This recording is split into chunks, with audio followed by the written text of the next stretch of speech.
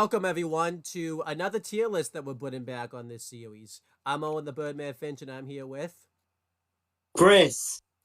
and we're putting this series back. We haven't done this series in a while just because we've been busy, and we figured with the WWE draft coming up, because it's coming up this upcoming Friday, we would go through each WWE roster. So we're gonna do NXT, Raw, and SmackDown, and we would tier list everybody that's on that roster before the draft takes place. Good thing we waited. We didn't do this like last night or whatever because we already, well, maybe not for NXT, but we already would have had to like, this video already would have been dated very quickly because there was some releases last night that would have made the video dated very quickly. So I'm glad we haven't done this yet. But are you ready? Are you ready to do a nice little tier list on the NXT roster? Very ready. This is gonna be fun for me too, because we always sit down and review the shows every week, but we've never like really ranked the roster, like how we feel about them and all that type of stuff. Because obviously not everyone's on the shows every week and everything like that. Some of them are just on main event, or some of them just are sitting in catering. So we've never actually sat down and looked at like the WWE roster, and like really put them in nice tiers. Now, obviously, we're doing this by brand. So, like, obviously, we're still kind of haven't even done the full roster. Maybe we'll do that someday, but I think that video would just take too long. So, yeah, we're just going to do, the NXT roster first. I think let me do NXT first because NXT will change sooner because, spring break-ins this week, and there's an NXT title match between Ilya Dragunov and Trick Williams. And, the stipulations to that are very significant because if Trick loses, he's got to leave NXT. So we want to do this just in case, he loses that match. So this is kind of a just-in-case version of it. And again, I'm glad we waited till to do this now because Braun Breaker had his last match in NXT recently. And like he's off the brand now completely, pretty much. Carmelo Hayes is going to appear on this list because technically he's still on NXT, but it looks like he's had his last match for the most part. But again, the draft hasn't happened yet, so he's still part of the NXT roster. So that's just some admin to kind of get out of the way. But let's just start doing this. I think NXT would be fun too because a lot of the roster in NXT, if you ever watch our NXT reviews, we pretty much rant on them a lot. So this would be kind of fun to kind of go through and see like who is really like the best of the best. So we've broken this up into different tiers. We have Hall of Fame, which is like the best of the best, almost like scale breaking. Great. They're like great, but there's like, they're not quite perfect. Good, they're just good, they're not quite in the great category. Average, which means they're just kind of there, just kind of filler and all that stuff. And it's trash, they're just absolute trash. Now, when we say trash, we don't mean like the person's trash, and we don't necessarily hate the person. It could just be the booking, or it could just be, that they still need to improve in everything that they're doing. Because I guarantee you, there's going to be a lot of people that are going to go in the trash category in NXT. And NXT is going to be a fun one because there's some people on the roster. Because I didn't just do people who show up on TV. I did some people that are behind the scenes. I did some recruits that are like fairly new and everything like that. So, Chris, if you haven't watched Next Gen, you're going to get some spoilers because some people get contracts on Next Gen that that you haven't met Haven't yet. watched it yet. Haven't gotten time to yet. You're going to get spoiled on that. But let's just get started. I did this alphabetically too, so that way, so that way there would be some type of consistency here. So if you know your alphabets, this should be very easy for you. So, Fuck, I don't. Yeah, but let's just get started. We're starting off right away. We have Adriana Rizzo.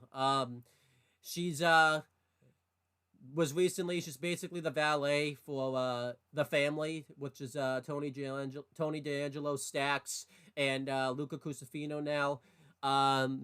She's not very good in this role. She has a really bad Italian accent that doesn't fit her at all, and she's had a few matches and she hasn't been very good, and I wouldn't really fault her on that. This is clearly a position where the people in NXT, put her on TV and on PLEs like way too early. I think her first match, honestly, was a PLE. Didn't she face? Didn't they face like Lucian Price and all of them? Like that was her first match, and like I think she wasn't very good in that match. So, this doesn't seem very fair, but I'm gonna put her right in the trash. Obviously, you can decide where you want to put her, but I feel like NXT has not gotten have put her in a very bad spot pretty much immediately, and Yeah. Yeah. What do you think? I just don't think she's good either. Yeah. So I'm putting it right in the trash. So see what's not right away with the trash category. I think that might be history in the show. I don't think we've ever put someone immediately in the trash. So that's not good. The next person is again, I'm not gonna be able to say this name. I think it's Aaliyah Lee Hargrave. She's a new performance center recruit. She hasn't done anything yet on TV. She was signed fairly recently. Um I also gave myself some cheat sheet. I'm gonna use Wikipedia. Um yeah, she was just signed fairly recently. We don't know anything about her yet. So because of that, I'll kind of put her in the average category. She still hasn't done anything yet, but, so we can't really judge her based on trash. But average, I think it's fair enough because I feel like you can only go up from average. What do you think? Yeah, I mean, she hasn't done anything yet.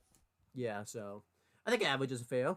Um, and then we have some performance center recruits, and I think one of them's making an appearance. Alexander James. He's a performance center recruit. He worked on the Indies for a while. I haven't seen him as like a recruiter or anything like that, so I think we can put him. I'll put him in the good category, just because he's got to be doing something right with the train and everything like that. Where would you put Alexander James? I've heard of him. I think he's fairly good. So yeah, you can put him in the good Yeah, category. get him right in there. See, we're flying right through this. Now you probably noticed there's somebody here that you're probably like, why the hell are they here? They're not in NXT. Well, I also include the fact that some people are free agents. Obviously the draft last year, some people didn't get put on Raw or SmackDown. They kept them as free agents. So that's why she's here. It's Alexa Bliss. Alexa Bliss wasn't drafted last year because she's been out due to pregnancy and everything like that. So we haven't seen much of Alexa Bliss. Um, obviously I've always liked Alexa Bliss. I think, she's good. It depends on what version of Alexa Bliss that you get. I think if she's like a heel, like she was early in 2016 up until 2018, she's like great. She's really great on the mic. She's still good as a face, but I think she definitely is better as a heel. And then obviously the stuff she did with Bray Wyatt was awesome. Minus the stuff afterwards where she kept the gimmick and was the Lily character. She was doing pretty good stuff. I'll put her in the good category because she's not really doing much right now, and you really can't judge anything, but she's still a good enough talent. So I'll put Alexa Bliss in the good category. Where you putting Alexa Bliss? I think she belongs in the good category. I mean, she really didn't do much in NXT in terms of like Yeah. real in ring stuff. She was more of a manager, but from the little that we saw of her in NXT, she was very good. Yeah, I agree. And again, I don't think she's ever. She could show up in NXT, but I feel like it's very unlikely she's ever. She might show up as like a one-off, like some of the other main roster talent do. But again, she's a free Yeah, agent, so we have to take into the fact that she very well could show up in NXT. So, or if she's even gonna wrestle ever again. yeah, that's true. But again, she's still on the roster, so we have to put that into effect. Then we have Alicia Taylor. She's the ring announcer in NXT. She's a great ring announcer, I think. Yeah, I like her a lot. She, obviously the big thing that she announces like War Games. She gets like the ring announcing really down to a T. Honestly, I think once she gets called up, she'll probably do the ring announcing for SmackDown, whatever brand Samantha Irvin's not ring announcing, which would kind of suck for Mike Rome because I feel like he kind of, loses out there. But I'll put her in the great category because I think she's a great ring I think announcer. she's awesome. So there you go. Like right now, I don't think that any of the three are gonna move anywhere. No, I I don't think think they're so. pretty much very happy with Samantha on Raw and Mike Rome on SmackDown, Alicia Taylor in NXT. I think they're pretty happy with those three in their current positions. Yep. Then we have a first full-time NXT person that like we see week to week on TV. I'll let you talk about him a little bit. We have Andre Chase. You want to talk about Andre Chase? Andre Chase is awesome. I think I mean, I think I put him in the good category, um, because the gimmick's awesome. Yeah. But I think it's just like the way that it's been booked, and like if it wasn't for a certain someone, it would be in the great category. But he's really diminished it to make it into the good category. I agree. I feel like if because ever since last year St. Valentine's Day, No, it's not St. Valentine's Day Massacre. It's Vengeance Day. I always call it that. I always get the names mixed up. Ever since they got over last year, Shawn Michaels has been like going out of his way to break them up. It's been like a staple of our show. We always talk about it. Like, you realize Chase, you haven't gotten together like full time. Like, I know Andre Chase, we're not with you in NXT, but Andre Chase and Thea Hill passed things up this week. But I don't believe the fact that this is over yet. I think this is gonna be like a running joke for Chase U that there's always some type of issue that they seem to have with each other. It So always will be. yeah, I'm gonna put Andre Chase in the good category because he's a good wrestler. He's He not a is. great he's not a great wrestler. But he's still but he's good enough. So and again, the gimmick's really over. I just really hope they get drafted. I feel like too. What some will also say like I hope they. The only reason I hope they get drafted is I feel like they're probably not ready to be on the main roster, but I feel like it's at least that if they at least get drafted, they'll actually stand a chance on the main roster because they'll actually they'll actually get along, and they could be a kick-ass tag team. And Triple H isn't gonna like punish them if they get over and all that type of stuff. So, He will reward them. yeah. Then we have Anthony Luke. You're probably thinking like, who the hell is this? I was thinking the same thing when I saw him. I looked him up on Google. Apparently, he's dated Maxine Dupree. He's a football player that was signed. Um, you know, um, that's about it. Uh, I'll put him in the good category because he's got to be doing something right if he's dating Maxine Dupree. What would you think? To say, he's a nobody right now. Yeah, put him right. Put him in the good category because he's more famous than the other person here that I can't. I just forgot her name already. Um, then we have Anthony Frazier. Not Nathan Frazier. Anthony Frazier. He just signed recently. He'll go right in the average category. He hasn't done anything yet, so you can't be trash if you haven't done anything. So you'll go right in that average category. Do you agree? I don't know anything about these people, so Okay, yeah. So he'll go in the average category. Um, then we have Ariana Grace. This is Santina Morella's daughter. Anthony, is it Anthony Corelli? His real name? That's his real name, right? Am I? yeah, Yeah. yeah, he's forever.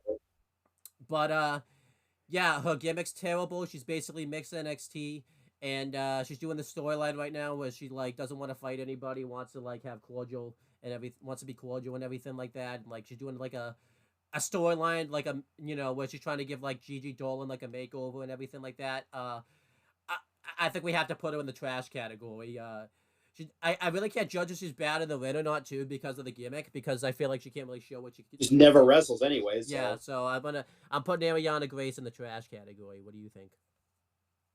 Yeah, Yeah, but that's unfortunate. You notice the yeah, there's always room to move up. yeah. This one's on, I don't again. This one isn't on her. It's on booking too. So, because I think I've seen her wrestle a few times in the NWA, and she was like pretty good there. Again, maybe too, because she also just came back recently from like an ACL injury, so maybe she's like that's why she's limited her in time. But I've seen like Saw Lucas wrestled more matches than her, and she just came back recently from the same injury, so I don't understand what's going on. Yeah, she's already doing her flippy shit again. So Yeah. Then we have Ava. This is the Rock's daughter. She obviously, if we did this a year ago, you'd probably put her in the trash category because this was when she was with like Schism when that faction like sucked. That was like a big thing we ranted about, but they recently transitioned her into the GM role of NXT. It became like official, I think, earlier this year. But she pretty much was the GM because she was pretty much making the matches for Shawn Michaels because Shawn Michaels all of a sudden's like terrified to be on camera. Like he's trying to avoid it the best he can. Like he's like all of a sudden like horrified. And then yeah, she's done a pretty good job as GM. She kind of just shows up, makes matches, and that's it. I feel like she's not William Regal level. Like if it was William Regal, he'd be going right in the Hall of Fame. But I'll put Ava in like the good category. She does a serviceable job as like general manager and everything like that. I think she's been like kind of average. Okay, so we're gonna have to like I don't think she's really done anything like yeah spectacular. I'll put her in the average category. She's been average. I will put it because that's the first one you're being able to put in the average category where you have actually had a say in. So I will let you have this one. See, I'm being fair here. I'm letting you have this. So, And I mean, we could do a tier list, like updating the tier list, like by the end of the year or next year, and Yeah. some of these people could move up. Then we have I'll let you talk about him.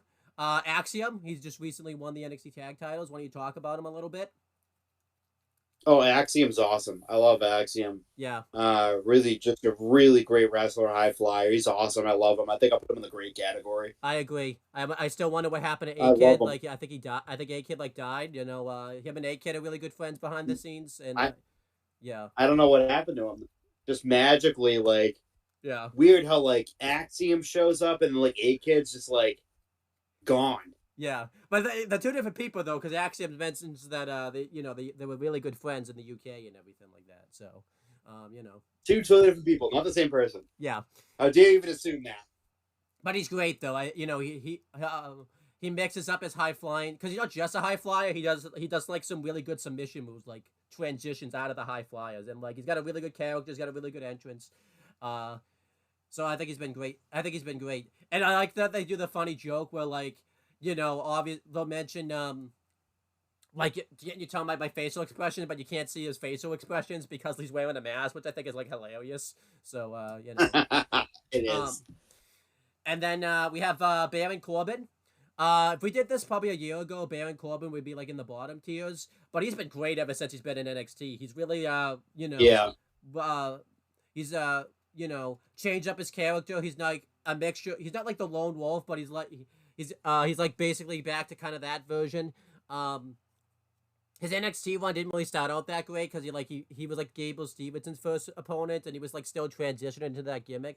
But once like Gable Stevenson kind of got away, like he kind of like really found himself again. He had some really good matches with Ilya Dragunov and Braun Breaker, and then he eventually formed the Wolf Dogs with Braun Breaker. And that tag team just recently wrapped up. They won the belts and everything like that.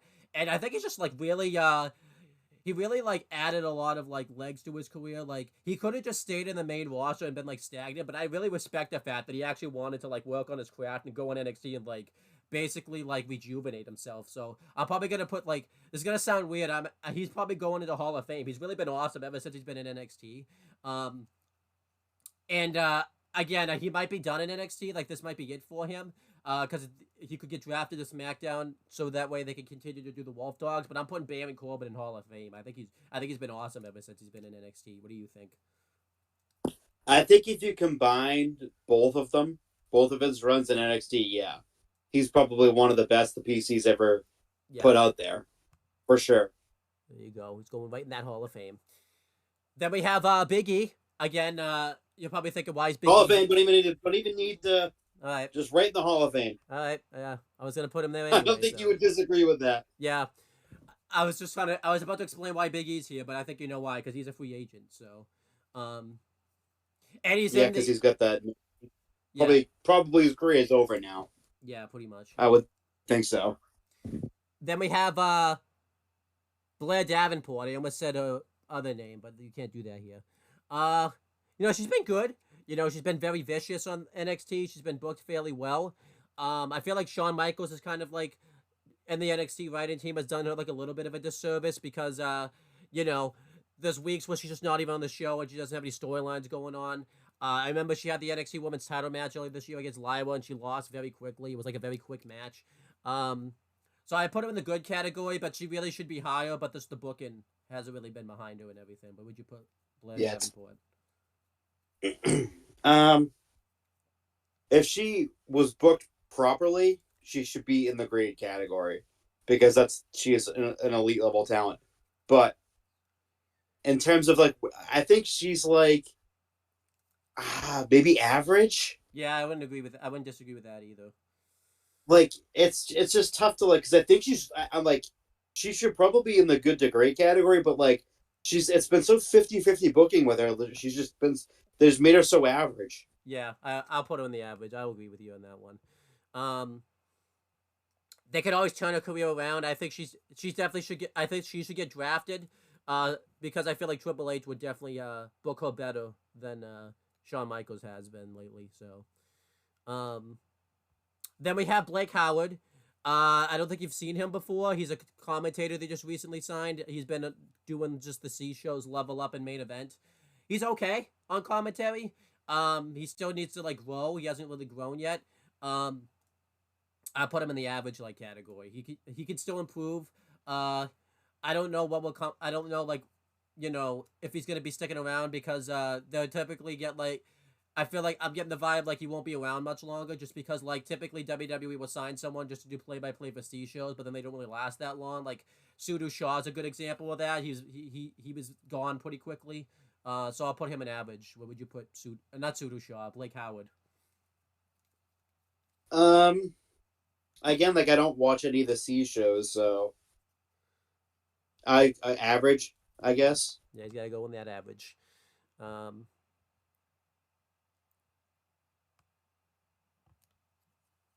get in there, go in there. Yeah, you go. Yeah, sometimes it's slow. Get So, um, the fuck in there. it's like he didn't want to go in average. He was like trying to talk us out of it. I think so.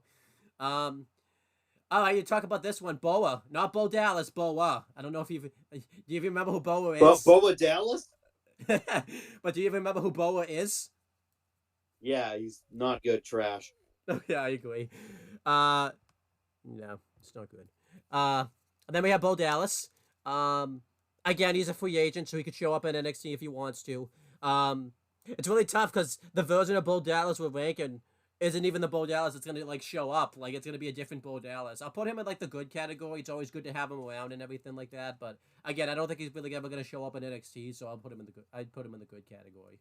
Yeah, I mean his first run in NXT was actually like really good. Yeah, yeah. So when he was like the heavyweight champ, and then he developed that delusional gimmick, and then Yeah, it was actually pretty funny. it They was. became Mr. NXT. He was like masked as Oh Mr. yeah, NXT for like an episode. That was really funny. yeah, Yeah, he's that like it started out as he was supposed to be like the big baby face of NXT, and it was like that way for a little bit, and then the crowd just turned on him. yeah. Um, I'll let you talk about this next one. If this was like a wrestling list, like as if we were ranking him as a wrestler, he'd probably be higher, but we're not ranking him that way. He's a a Now, commentator. if Booker T on a wrestling list, he's Hall of Fame easily. But talk about Booker T because we're ranking him a different way than normal. Talk about the NXT Booker T we've been getting. I think I'm not gonna grade him too harsh. I think he's been average. Yeah.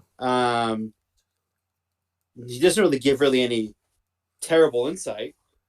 I Some mean, of he's it. a veteran of the industry, Yeah. but like he's been in the business for over 30 years. Like I respect his knowledge, but yeah, he's always been just an average commentator. He's not really been like Yeah. a great commentator. He's just been average. I agree. I mean, some of the stuff he says is like really funny. Like it's really funny when you like roast Vic Joseph. I think it's been funny recently. Anytime Joe Coffey and Joe Gacy wrestles, he always gets the name wrong of them. Like he'll say something that's like so hilarious that like you just can't believe it. Like, and he'll just get order and Uber Eats doing an NXT one week. So honestly, for that you'll get grunty tea a bunch of times. Yeah. So yeah, that's good. Okay, so this one, you haven't watched Next Gen yet, so this is spoiling a Next Gen for you. Brianna Covington, she was one of the PC recruits that's gonna show up in Next Gen. She ended up getting signed, obviously, because she's on here. You'll find out that she has stage fright. So she's afraid to cut promos and everything like that. So she was kind of able to get over it and everything like that. She ended up getting a contract. And her first match they have someone have like a match at the end of the season finale of Next Gen. I think she wrestled like Thea Hale. Really tough to judge how good the match was because the show was very much edited to make it look like the match was good, but I don't know how good it actually was. I'll put it in like the good category because the story of Next Gen's pretty good. So again, you haven't watched Next Gen yet, so you really don't know what to say. So what do you want to say about this one?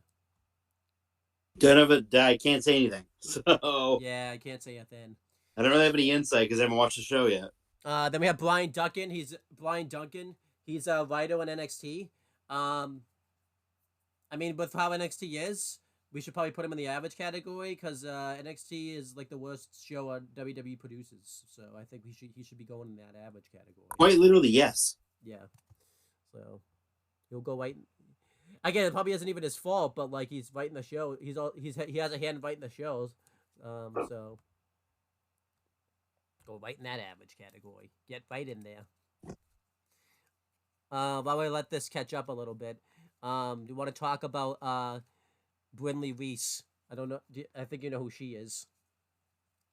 Yeah, she's is she with she's with Malik Blade and Idris Enofe, right? Yeah. Is that the right one? I know they're all the fucking same at this point. Yeah, she is. That's who she is. Yeah.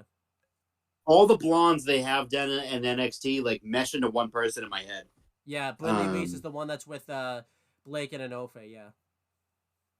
Yeah. She's just like I don't know, like a fucking Thea Hale type, I guess. Yeah. Just very mediocre. Her gimmick's really average. Yeah, her gimmick's really bad. So I'll put her in average. I won't put her in trash because she just recently got put on TV, but her gimmick's not very good. And again, you're probably thinking to yourself, why is he here? But he's a free agent technically. He could show up here, Brock Lesnar. This is kind of an interesting one because if we did this a year ago, we would probably have a different way of reading this. But Brock Lesnar hasn't been around right at the moment because of the Vince McMahon allegations. Obviously, it looks like he might be coming back. We keep saying that, but there's reports he might be coming back. He probably wasn't like as involved in anything like that. I'll still put him in Hall of Fame. I love Brock. I'm just gonna rank him as a wrestler. I'm not gonna rank him as a person. Because of that. But where would you put Brock Lesnar? Yeah, I mean, there's really no other place to put him. Yeah, so he'll go right into that Hall of Fame category. Cool. I mean, he doesn't want to be there, so. Yeah, he's probably. I guarantee. He's just fighting you. He's trying to go in that great category. So. There's two of them now.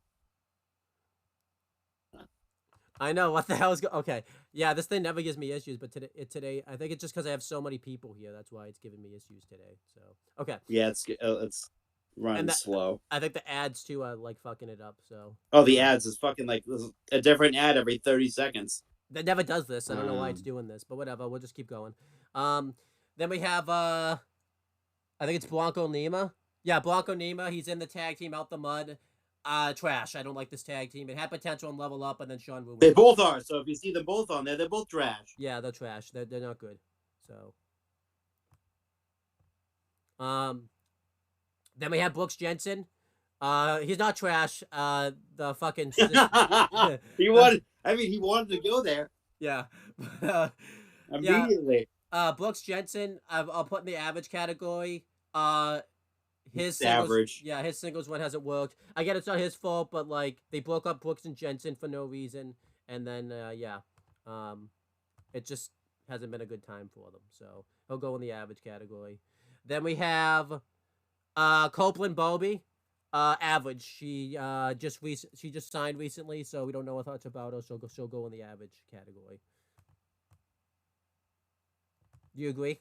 Don't even know who that is. Well, yeah, but and then we have Carmella, again, free agent. So, she can go to NXT if she really wants to, but she's, again, like Alexa Bliss, she's been out due to pregnancy and stuff. Her NXT one was, like, good, though. She was good with, like, Enzo and Cass and all that type of stuff. And then they stupidly called up Enzo and Cass and left her there, so she was kind of struggling. But that's besides the point. But I'll put her in like the good category. I thought she had like a good run in NXT. I mean, it allowed her to kind of step out on her own, though. Yeah, and then they stupidly called her up to the main roster and turned her heel. But that's another story for another day. So yeah. She had a good run. Yeah. Do you notice so far the only people that have gone into like the good and the great have been people that aren't even on full time in NXT so far. It's just been all people that like that's a problem right there. But don't worry, you're gonna talk about him. This person's gonna fix that problem right now. Carmelo Hayes, why don't you talk about him? Mello, I'm gonna say that's the great category. He's not I wouldn't say he's Hall of Fame, borderline, because he's had such a really good run in NXT from the beginning Yeah. to the wasn't his first match on NXT. Who did he face? I think he was. I don't remember who he faced his first match, but I remember like he was there towards like the end of like the black and gold days because I remember he faces Adam Wasn't Cole. Adam Cole? Was it? Yeah, he Yeah, faced Adam Cole. that's what it was. It was Adam Cole for the North America. I was like, did he face Adam Cole? I was like, yeah, he did. But So that was like that towards match was great. And it yeah, just put him on the map there. and then you know he actually benefited from NXT rebranding because I think he still would have been great in the black and gold days, but I don't think he would have risen as quickly just because um I think Adam Cole still would have been there, O'Reilly would have still been there and stuff. Like I think that's why he rose so fast because then they had to he was kind of like the building blocks in the 2.0 era. Um he's basically done everything you could do in NXT. Like he's like he's been a Grand Slam champion. I think the only thing he never did was like win the tag titles. But he's had some really great stuff. I'd put him in Hall of Fame, honestly. He did everything you could do in NXT. And he's never been, and I can't think of like a bad match in NXT he's had. I can't think of a bad storyline he's had in NXT. So I put him in Hall of Fame. Would you are you gonna fight me on that one or no? No, Okay. Let's see if he's like Hall of Fame. He's Hall of Fame great category. yeah. Again, okay, it actually worked that time. Okay, then we have Shannon Stacks Lorenzo. Do you want to talk about him a little bit? He started out as just being like a henchman for Tony D'Angelo with with Troy two times Donovan. Yeah, But yeah, then they murdered him, and then he suddenly knew how to talk. So yeah, I mean, he's been a tag champ with Tony D. They still have that the family running now because Adriana Rizzo's in there now with the lawyer, whatever the fuck his name is, I forget. Luca Cristofino. yeah. We'll be talking about him later. Yeah, It's just I can't. He's not bad. He's just average. yeah. I agree. Uh, he can't wrestle on his own. Like he needs a partner to kind of get him through it because he's had a few matches on like Level Up. And if you remember, he had those matches like where they had like Tony D get arrested, and it was like a struggle for him to have those matches because he never wrestled singles before. So yeah, he'll go in the average category. He could still improve. He's looked pretty good recently, but he still hasn't improved enough.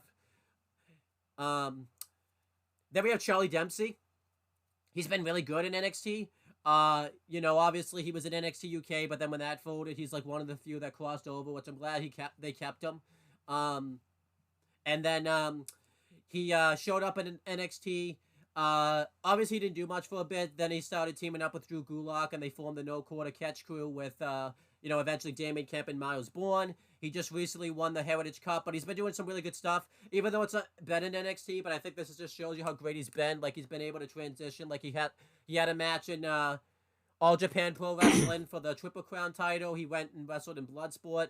I'll put him in the good category. I think if we do this list in like a few weeks, he'll probably get into the great category. The problem is No Quarter Catch goes in a really tough spot right now. We'll get to it when we talk about Drew Gulak, but I'll put him in the good category.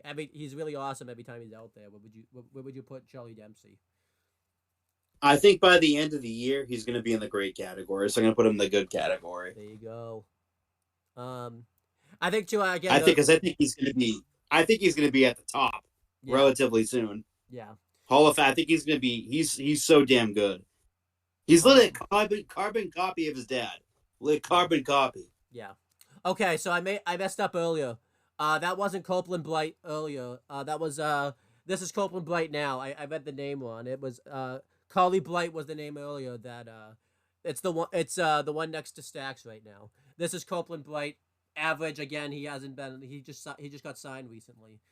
So he's got to go in that average category. So where would you put? I think you have to agree, right? Whatever. Yeah, it's just. I don't even know who these people are. Yeah. Has everyone watched the show yet? Then we have I think you want to talk about this one, Cora Jade.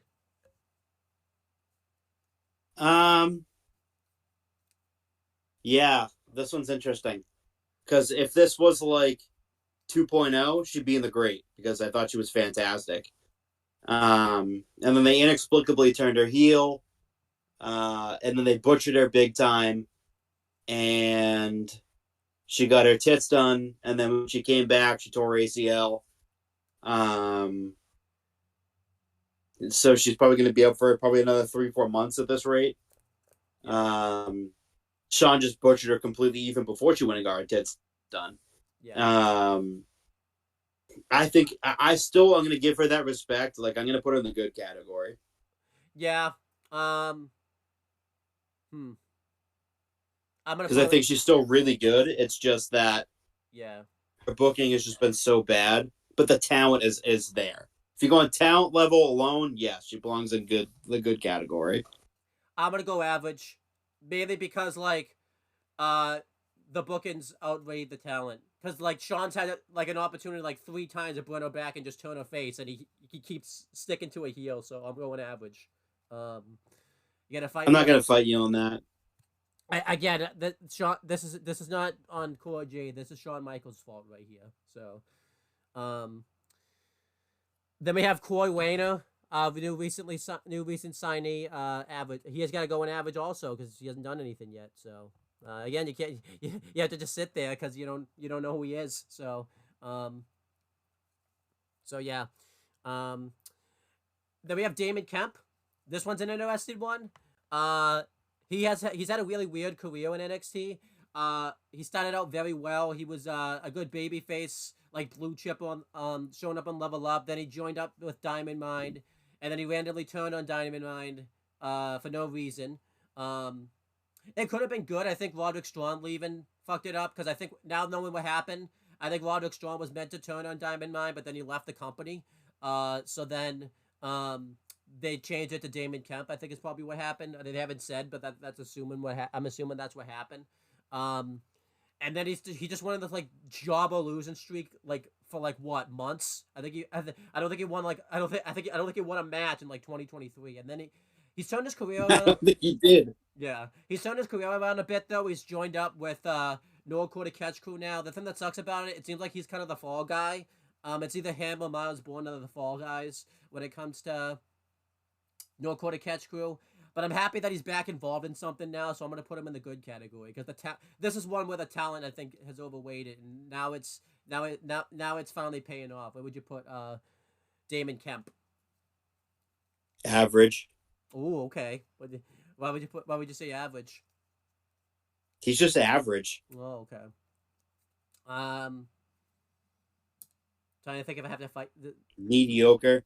Yeah, I kind of want to fight you on this one because I really like him. He's put on some great matches and everything like that. So, I mean, more so recently, he's been a lot better. yeah.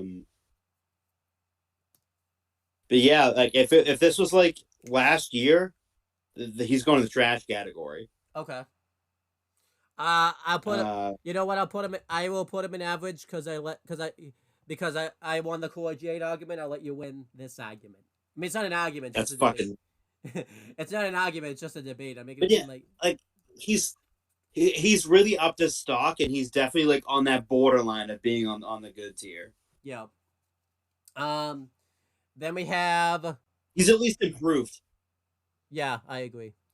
Um. Who is this? This is Danny Palmer. Uh, she was doing Oh, good on. she's fucking trash. Yeah, she's injured right Easy. now. Yeah, I'll put her in the trash. I mean, she was just mediocre to begin with. Like I can't like.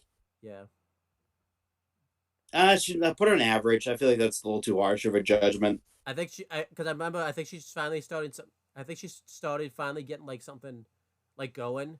I think she got injured like pretty quickly and stuff. Like she's injured right now, so yeah. Yeah, it's not fair to her. And then we have Dante Chen, Mister Level Up. Average. He's a fine wrestler, but he's just enhancement Yeah, talent pretty much. he's just mediocre. Yeah.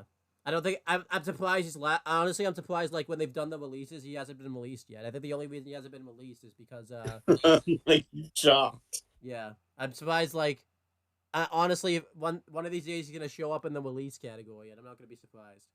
Um I'm surprised he's outlasted like Xia Li. I know. Well, Xia didn't Xia Li just quit though? Like she wasn't released, she just quit. So I think No, either she was quit or released or whatever. yeah.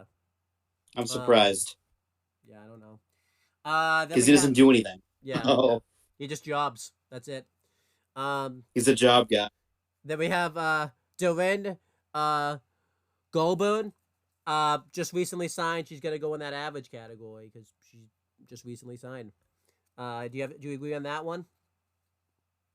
I don't even know who that is. And then Destin Brown, same thing. He'll go. She'll. No, I said he. It's a she. She'll go in the. She'll go in the average category because for the same reason. Oh, go here. And then Dijak. Want to talk about Dijak? Yeah, he's I think like for a big man, he's very agile, Yeah, super talented. Um, I feel like he's getting into a meaningful storyline now I again. agree. Yeah, And I like him a lot. Probably for biased reasons because he's from around he's from the Massachusetts area. Um, always liked him. Uh, Going back to Ring of Honor, I thought he was really good. And yeah, I mean he's had some really banger matches in NXT under multiple different names. yeah. Whether it was his real name of Chris Dijak or Dominik Dijakovic in his match with Keith Lee. Um, yeah, and probably none of them under the T-Bar name. But back to being Dijak again, he's put on some really, really good matches. I think he's super underrated, and I think he belongs in the good category. Ooh, okay. I was gonna go great to Hall of Fame. Because like every time he's in the ring, he's always has a beta. I like his gimmick right now too. His gimmick's very good. His promos are very good and everything like that. So Actually, throw him up in the great. okay, yeah. I think He should be in the great. yeah. Um, I think this is He was in that transition period between Black and Gold and 2.0. yeah. Then we have Dion Lennox. He was in the breakout tournament. You've seen him before, right? He has shown up a few I have, times. but I haven't seen him. I know the name. I haven't seen him in forever. I'll put him in average because he hasn't really done much. And then Because wasn't he like one of the first people eliminated in the tournament too? yeah, I think Brian He looks like Pillman. Christy Watson, to be honest with you. Yeah. Well, this is someone that shows up in next gen. You'll think it's this guy, but it's not him. It's a completely different person. Because I thought it was Dion Lennox. I'm like, oh, is this Dion Lennox? But it's not. Um, but he just hasn't done much. He hasn't been. I don't remember the last time he's even had like a match. I think if I'm not mistaken, this is the guy that Alexis Kin eliminated in the tournament. So uh, then we have Drake Moreau. He's teamed up with Javier Bernal a few times on Level Up. You haven't seen him yet. He's very average. He's still like learning and everything like that. So I'll put him in average. You haven't seen him yet, so you have to just Very. yeah. I mean, I If then you we take up Javier Bernal, you're like average at best. yeah. Then we have Drake Stewart. You're probably thinking to yourself, "Where's his picture, Chris? His picture's not there. I can't find his picture." That's how unknown he is. So he's got to go in. Can we put it? Can we put it in? Can we just put him in good because he's so unknown that you can't even find his picture? Can we put him in the good category? He's Mr. Unknown. Can we just put him? Will you fight me on that? Yes. Because that's funny. That's actually funny. We can't even find him. Can I actually You tell can't you? even find a picture. Can I tell you something funny too? I thought I found him, but it wasn't him. It was like some random person that like so that's hilarious. And then unfortunately the next one's not hilarious. I mean it would have been if we did this before WrestleMania, but it's Drew Gulak. Do you wanna touch this one? um, See, the thing is with him, it's the slippery slope right now. A lot of people are saying he didn't do anything. Yeah.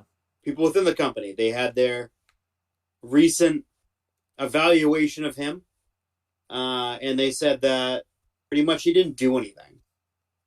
And I don't know what's going to happen with him. I think they might end up just releasing him anyway because they pretty much alluded to it on NXT that they paid the D'Angelo family off to basically kill him. Yeah. Yeah, I don't know how he comes. I don't know how he comes So back. So I don't know how he comes back from that, and it's a pretty serious allegation. But Ronda's been on the fucking warpath recently for someone who's pretty shitty in the ring and shitty in the microphone is pretty easily um, distracted in her match and in her while talking on the microphone.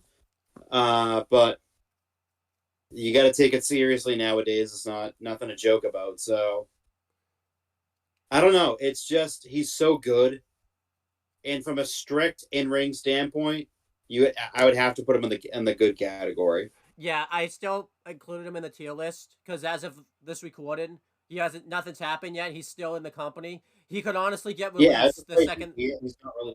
Yeah, honestly, he could be getting released the second this video is uploaded and everything like that. That's how like serious. I'm surprised he hasn't yet But I'll with put him in the the yeah. with the releases recently.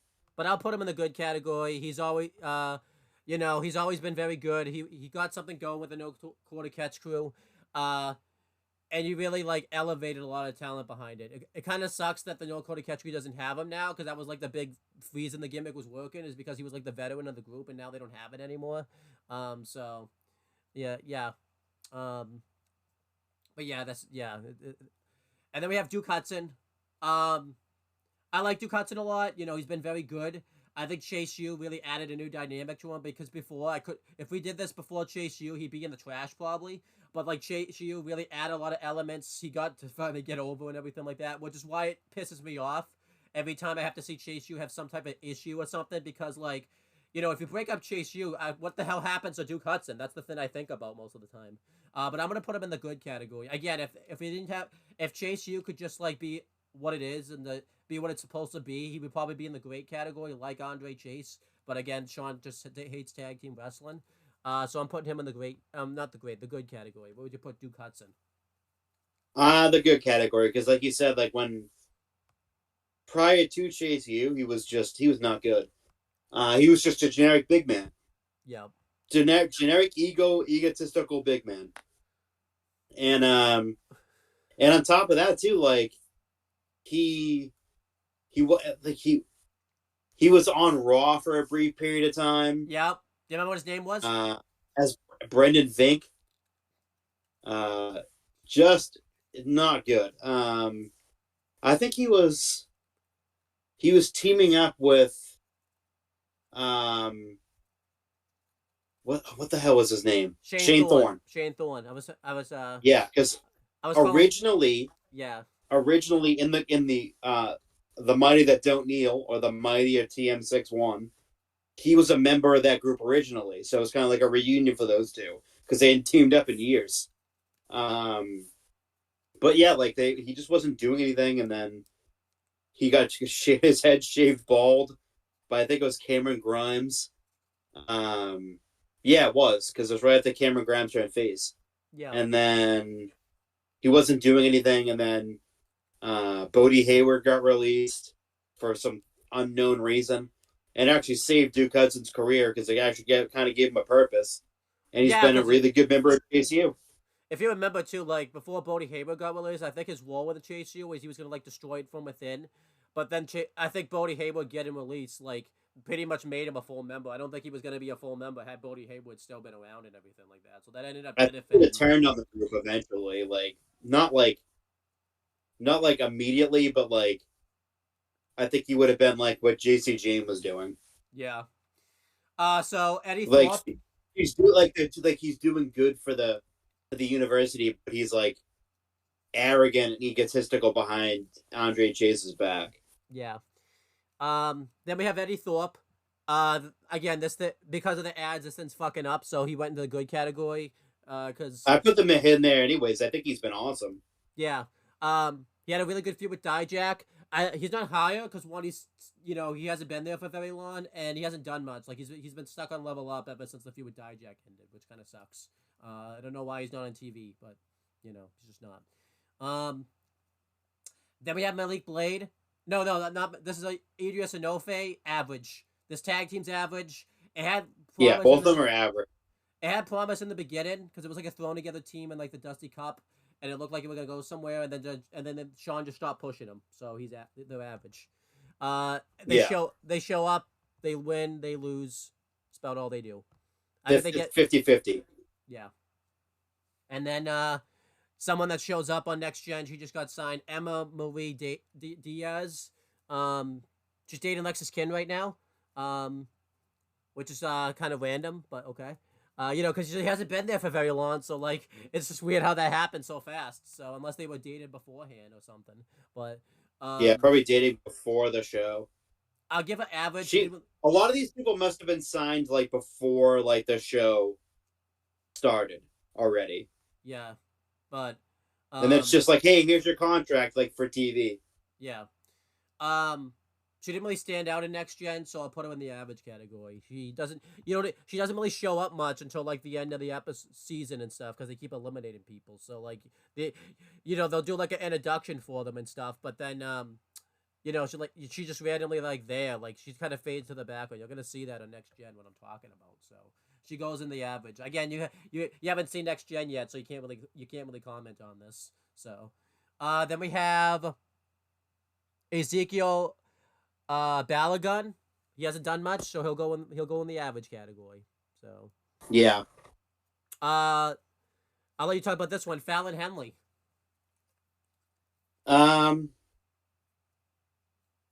I like her a lot. I think she's really good. I think she's done way more in NXT than she ever did in AEW because they literally had no idea what to do with her besides throw her on Dark or she was the job girl. Yo, do you Um, remember what her name was on Doke? Tesha Price. Yeah, Like she was very, very much so like needed the switch, and then as soon as she made the jump, she immediately got put on TV, yo, and it got put in a pretty prominent role. yeah. Uh, I think she's really good. I think she's a really good wrestler. Um, yeah, I think she's got. I put her in the good category. Yeah, okay, I'll just solid too. Um, it sucks because in a few months, I think because it looked like Sean's turning a heel. I don't think there's gonna be much of a build up to it. I think she's just gonna randomly turn heel one day. But I'll put her in the good category. But I think by the end of the year, she's gonna be in that core Jade Roxanne Perez role where Sean just turned a heel for no reason and everything like that. I hope I'm wrong though, Yeah, but it definitely looks like she's going heel because Sean in her mind thinks in Sean's mind, um, she's been a babyface for too long. Then we have Fit Finley. He's a trainee backstage and everything like that. I'll put him in the, obviously we're not. Hoff. Yeah, I'll put him in that Hall of Fame. Yeah, he's awesome. Always enjoyed him. He's been like physically responsible for a lot of the talent that have come through the developmental system over the past now almost 20 years Yeah, because he's been in WWE since like the early 2000s. Like I after WCW folded, he was a road agent and trainer, and then he went on TV and was still doing dual duties. And then it wasn't until like the latter part, closer to 2010, like then he started becoming a full time trainer. But yeah, he's responsible for a lot of the talent that you see on WWE TV. yeah. Um, yeah, he's been awesome. Then we have this is an interesting one. I'll let you talk about him, Gable Steveson, because this is someone that has had an interesting career in WWE. I will. It's interesting with him because obviously he is immense talent, collegiate wrestler, um, from the University of Minnesota, which just churns out wrestlers like collegiate athletes like crazy in the wrestling field, like Shelton Benjamin and Brock Lesnar. I think I think Chad Gable went to the University of Minnesota if I'm not mistaken. They just churn out talent. No, he went to Michigan. Oh, the Michigan. Never mind. No, he didn't go. I thought he went to Minnesota. He didn't. So, but they churn out like Olympic level talents.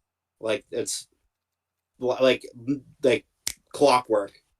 Um, and he had a lot of hype. He won a gold medal in the Olympics a few years back, and there was a lot of hype. And WWE came a knocking, and he signed. And but he signed, and then he was gonna do Olympic trials. Didn't end up doing Olympic trials. He was gonna do. He was actually thinking about going back to the University of Minnesota in finishing out his collegiate career, which would have made no sense because he left his shoes in the ring on the mat, which is indicative of you retiring and moving on. Yeah. Um, but he finally, kind of showcased him a little bit at WrestleMania a few years ago. He got involved, threw some people around. I think it was Chad Gable at the time. He threw around, and it's just. And then he got to NXT. He managed. He managed Eddie Thorpe against his own actual brother Damon Kemp. Yeah. In NXT Underground. Then got into, like you said, got into a match against Baron Corbin. Not good, terrible. Yeah, really bad. Crowd turned on him about not even halfway through the match. And I don't think he's wrestled since then. No, he hasn't. Not he went mistaken. back to the Olympics and everything. I don't know what the fuck he's doing. Apparently, he's making progress. The last thing I read about him a few days ago is that he's very happy with being in WWE. So I don't know where to put him. He's not trash. I can't do that to him. He's definitely not trash. Yeah, I'll put him in the average category. The mistake I think they made with him was they should have just immediately turned him heel and aligned him with Damon Kemp, because I thought that would have made a lot of sense. But they didn't do that. That's what he was doing. He was on the that's right. He was on the house show circuit with his brother, and they were tag teaming. Yeah, I don't know why they didn't cross that over, because I think that would have benefited both of them. Because that was at that time with Damon. It was before the Catch Crew. Yeah, so I'll put him in average. It would make sense for him to join the Catch Crew now too, also. Yeah, because he can be that veteran. But I'll put him in average. I think there's still room for him to grow and everything like that. So we'll see if that happens. But I'll put him in the average category. I still think he has a ton of potential. I do too. If he was used to his full potential, he's a Hall of Famer. I think too. They can't really do anything with him either, because then he's been there, he hasn't been there, so it's kind of tough to write stories for him, because then he keeps leaving. So, yeah. Then we have another writer, George Carroll. I think again, because of the way NXT is, he's got to go in the average category. So, I won't put him in trash, because I don't think again, it's tough to really tell who, if he actually is a good writer, because of who actually is the head writer of NXT and everything like that. I think the blame mostly falls on him, but I'll put him in average. Where would you put George Carroll? He's one of the writers for NXT. Just average. Yeah.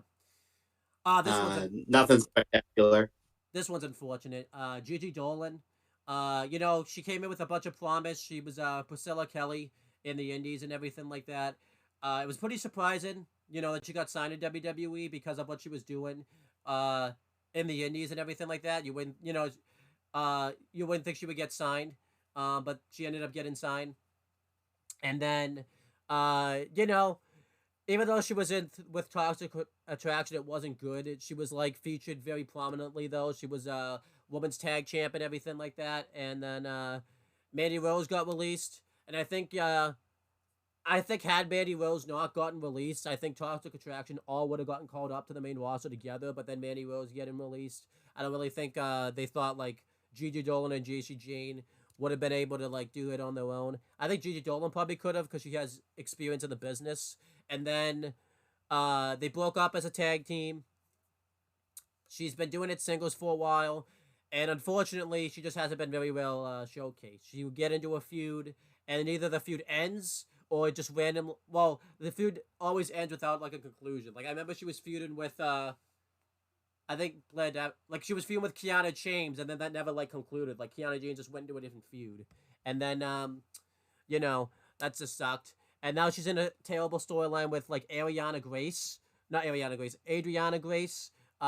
like she's trying to like give her a makeover and everything like that, and you know instantly that it's just gonna blow up in their face. I just think they're just kind of wasting time with Gigi Dolan. Like she should be in like top title contention, but it just hasn't happened. I'll put her in good though. She's a good talent though. She's a good wrestler and everything like that. Where would you put Gigi Dolan?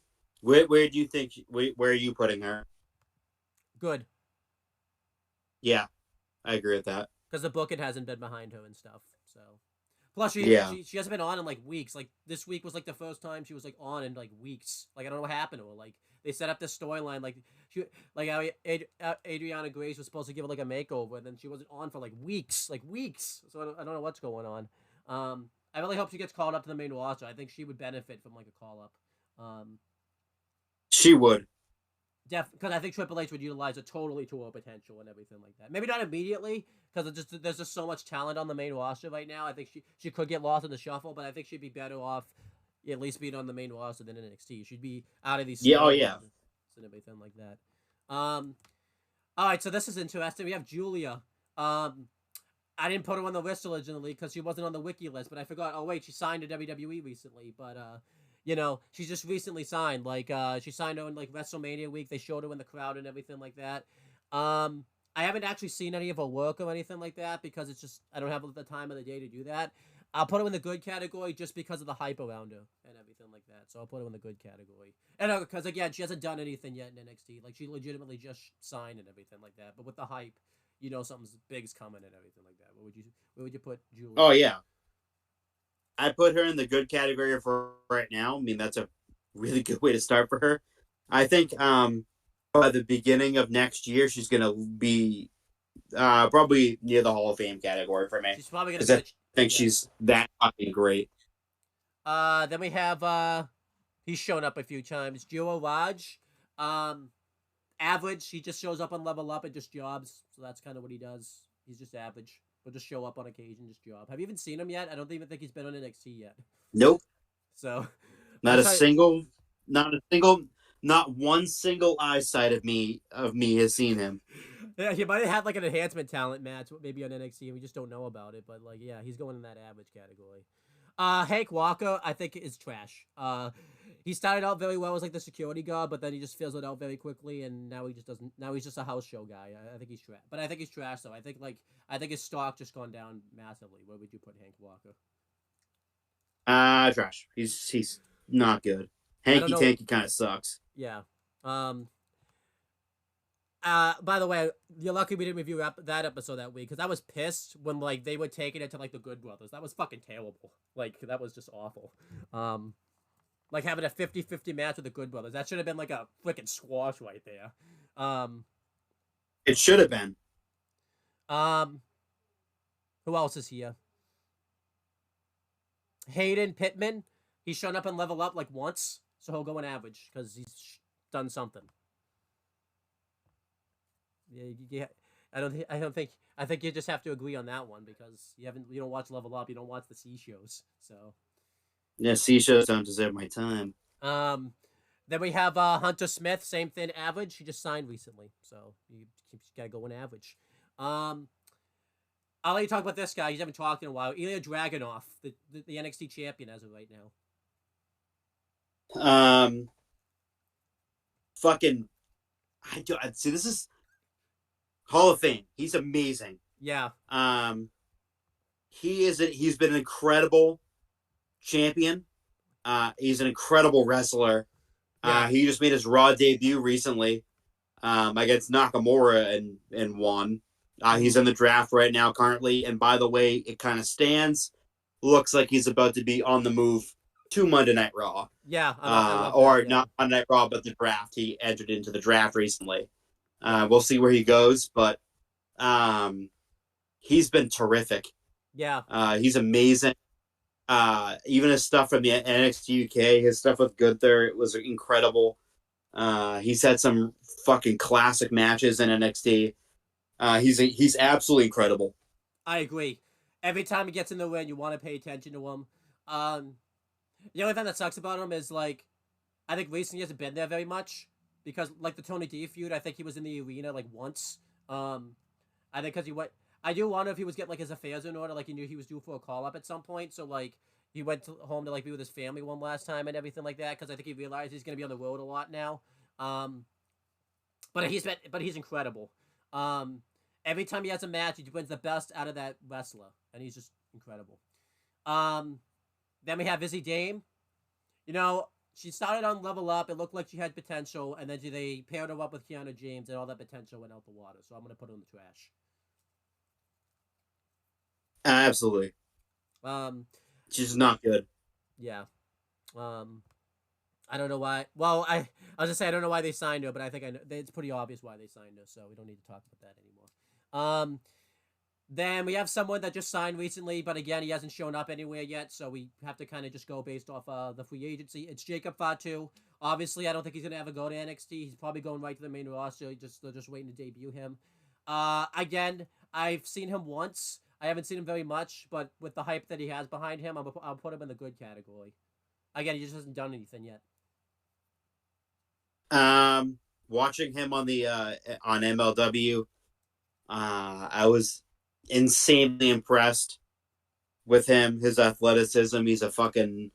He can fucking do split-legged moonsaults. He is insane. Um, I think he's gonna go into the good cat. I don't think he's gonna be in NXT. I think he's a main roster guy. But again, he's free But agent. I'm gonna put him in the good cat. Because again, he hasn't done anything The yet. only thing that I think the only thing that will be holding back Jacob is his attitude. Okay. He's definitely got a big attitude problem Yeah, from what I've seen, and that's not going to be and that good. kind of outweighs the talent sometimes. Okay, and that's not going to be good. Let's hope he doesn't have that. You know, because recently I saw that when at WrestleMania this year, he got to a fight in at one of the venues, okay, and his cousin had to restrain him. So okay. Then we have I'll let you talk about this one because you love talking about her, JC Jane. trash. Yeah, yeah, yep. She's awful. She's terrible. She's garbage. She's not good in the ring. She's your generic mean girl heel that they've done 17,000 times. She's uber generic. Just like, first of all, she's cakes makeup on her face. It doesn't make her any more attractive. It's just she's just fucking horrendous, and she's not even good in the ring. She's just god awful. I agree. Yeah. I would have released her before I released Xia Li, and I haven't seen Xia Li wrestle in 8,000 years. I agree. Then we have Jada Parker. I think she's showing some real potential. They clearly want to do something with her. I think she's been good. You know, I feel like she needs to have like a match with like a veteran. I don't think she's faced like a veteran yet. I think she's only faced like the Adriana Rizzos of the world and everything like that. I think she faced Kalani Jordan maybe like once, but she's not. Kalani Jordan's good, but she's not like a veteran. I think she needs to get in the ring with like a Natalia, a Gigi Dolan, even like a Thea Hale or something like that. But I'll put her in the good category. I think she's got a lot of potential. Yeah, I agree with that. Then we have Jakala Jackson. I'll put her in average. You know, she hasn't really wrestled much, but she's been with Metaphor. That's consistent. Um, so I'll put her in average. She hasn't like been god awful or anything like that. So I'll put her in average. Where would you put her? Yeah, she can go into average. She hasn't. I mean, she probably isn't good, but I feel like they're doing a very good job like hiding her weaknesses. So, you want to talk about him? Big body Javi, Javier Bernal. Want to talk about him? Big body Javi. Got squashed on Monday Night Raw, like a month or 2 months ago. He's also engaged to be married to fucking whatever her face is. Now I forget. Oh, what are you talking about? Yeah. Tatum Paxley, that's who it is. Another uber generic, not good wrestler. Yeah, he's just average. Yeah, I agree. Maybe He's he'll the be, king of the house show circuit. yeah. You know, maybe he could become good, but he's just average. The one funny segment he did once was like when he pretended to be Johnny Gargano. That was hilarious. And then I think that so that he's got that going for him, I guess. Um, Jasmine Nix, I hate to do this because she's very new. She just showed up on TV recently. I have to put her in the trash though because she's aligned with JC Jane and that terrible JCU segment. So unfortunately, I Yeah, can't let her she's. go. I mean, she looks like she's not good. Yeah, So she could get good, like Tiffany Stratton has been recently, but if I don't think that's gonna happen. So, um, and then we have Javon Evans. Even though he's just started in NXT, he's on a really good start right now. He just he's had some really good showcases on Level Up, and then he just debuted on actual TV recently. He beat Scripps and he took Dragunov to the limit. I'm gonna put him in the good category. I think he's got a lot of potential. I think he's got boatloads of potential. Yeah, the good category. That's a good spot for him to start at. Yeah. I mean, he's actually. I mean, that's a good place to start. I mean, he's only done 2 thins, and he's already in the good Exactly. category. So, He's incredible. um, He reminds me like a young Ricochet. yeah, yeah. Um, then we have Jim Smallman. I think he's either a writer or a producer. I forget exactly who he is because the picture doesn't do him justice. Let me just look him up real quick. Um,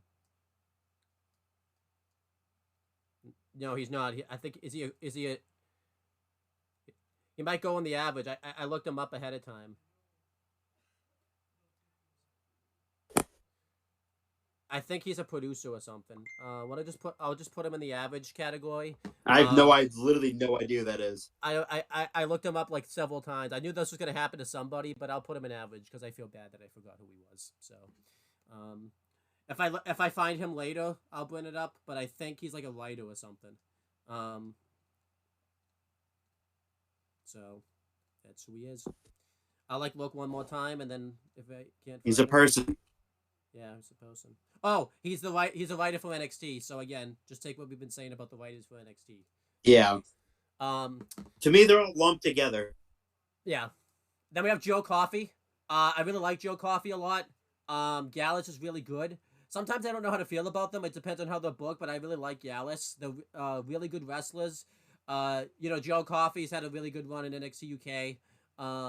He's done okay on the NXT. I feel like Sean hasn't been the booking behind him hasn't been very good. Like I don't think he's done anything memorable that I can think of in NXT. I think I think they're getting drafted because Clash of the Castles in Scotland, and clearly something is in the plans for him because Gallus just changed with The Rock and helped him with his comeback. So I'm gonna put Joe Coffey in the great category because he always has like a good match when I see him and everything like that. Where would you put Joe Coffey? Joe Coffey's. I think he's great. So put him in the great category. All right, get him I in think it's there. also super underrated. Yeah, I agree. I think it feels like because he hasn't been around.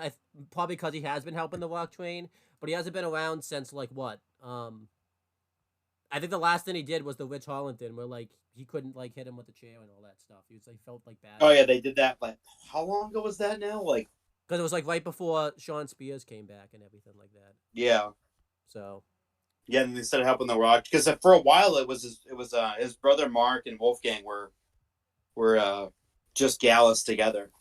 yeah. Then we have Joe Gacy. If we did this list a year ago, I put him in trash because he was in that shitty Schism faction. But he's been awesome lately with the new crazy character that he's been doing. I'm putting him in Hall. This might be. I'm putting him in Hall of Fame. Every time he's on, I'm paying attention to him. I know he doesn't win most of his matches and all that type of stuff, but he's just so over that it doesn't matter. I've loved everything he's been doing. Every time he's on, it's just instant. I instantly pay attention, and they book him really smartly. He doesn't wrestle all the time and stuff. He really stands out every time he's on. So he's going right in that Hall of Fame category. Where would you put Joe Gacy? I could say I could put him there too. Also, It's been I awesome. think this gimmick has been awesome. It's rejuvenated his career. Yeah. Um, it started really randomly one day too, because like Grizzled Young Veterans left and Ava left, and then that was it. Like it just got awesome all of a sudden. Like I don't know what happened. Like I don't know what Instead of happened. doing this crazy, Because it's not like there was a build to it either. It just showed up one day and it just worked. Um, yeah, it did. and the funny thing is, yeah, he loses a lot, but it doesn't matter because he's just so over. Like, It doesn't hurt the gimmick. yeah, The gimmick is that he's unhinged. yeah. Like, Hold on, I have to get this into the great category. Again, you know, the ads are fucking this thing up this time for some reason. that's running very slow. There's like fucking 4 or 5 of them on all right now. So Yeah. John Cena, again, he can show up in NXT anytime he wants. come on, you know where to put this one. This one doesn't even need any fucking saying. Yeah. Obviously yeah.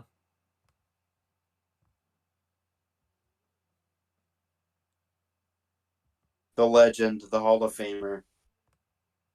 Put him up there. Put him where he belongs. I am. It's just the program's being. It's never. Put him up there where he belongs. There he is. All right. Yeah. This My is childhood hero, legitimate childhood hero, not like R-Truth, who's like 5 years older than him. Then we have Johnny Moss. He's a trainer. He's got to be doing something right. I'll put him in the good category. Where would you put Johnny Moss? He seems like he's doing a good job as a trainer. I literally have no idea who the next 4 fucking people are. So I'll just put him in good. He's got to be doing something right if he's training people. So you can go right in that good category. Then we have Johnny Russo, another trainer. Good job. Good training. Keep training. no clue who fucking people are. Then we have so Johnny Moss, Johnny Russo. Okay, so I have it one of my notes. This is Jonah Niesbaum, I think his name is. He's gonna show up in Next Gen. He's like a collegiate wrestler, like Gable Stevenson. He went. You're gonna see him in Next Gen. He went to like college. He has like a budding rivalry with someone named like BJ. He got signed, but he wasn't here, so I think BJ got released because he's got like attitude. He had like attitude problems on the show, so you're gonna see that. So you could probably see. I kept seeing that in the advertisements that he was like a really so like egotistical person. I think he got released because I didn't see him on the list. I'll put him in good though because he's got potential. He had a tryout match at the end. Not a match, but like he had like a match on NXT, like a dog match with Tyler Bate. I assume it was good. It's really tough to judge because again it was edited, and again some of it wasn't because it was Tyler Bate he wrestled why it was good. So I'll put him in the good category. Then we have I have no clue who. I think this is Josh Black. Or this is Josh Black. One of them is Josh Black. I don't know which one is which. I don't know what happened. So this guy, you know, he'll go in the good category because I feel bad for him. I lost his name. And if this is Josh Black, you know, he was signed, he'll go in the average category. I feel bad for these people. I lost their names. I'll let you talk about the next guy. Yes, that is Josh Black. That is Josh Black was the Syracuse Orange football player. Okay, so I lost I lost the person there. I lost his name somewhere. I don't know what happened. But it happens sometimes. You know, again, I was doing this. You know, because some of the pictures didn't save properly. I had to like go back and like do it over again and everything like that. So, I'll let you talk about the next guy, Josh Briggs. Okay. Again, this is a guy that I followed for quite a while. Because he wrestled in our area. He's friends with Anthony Green, so he was brought up a lot in conversation. We talked with Anthony. Yeah, he wrestled around the Massachusetts independent circuit, got onto Evolve with Anthony, and then I think they both signed like right around the same time period.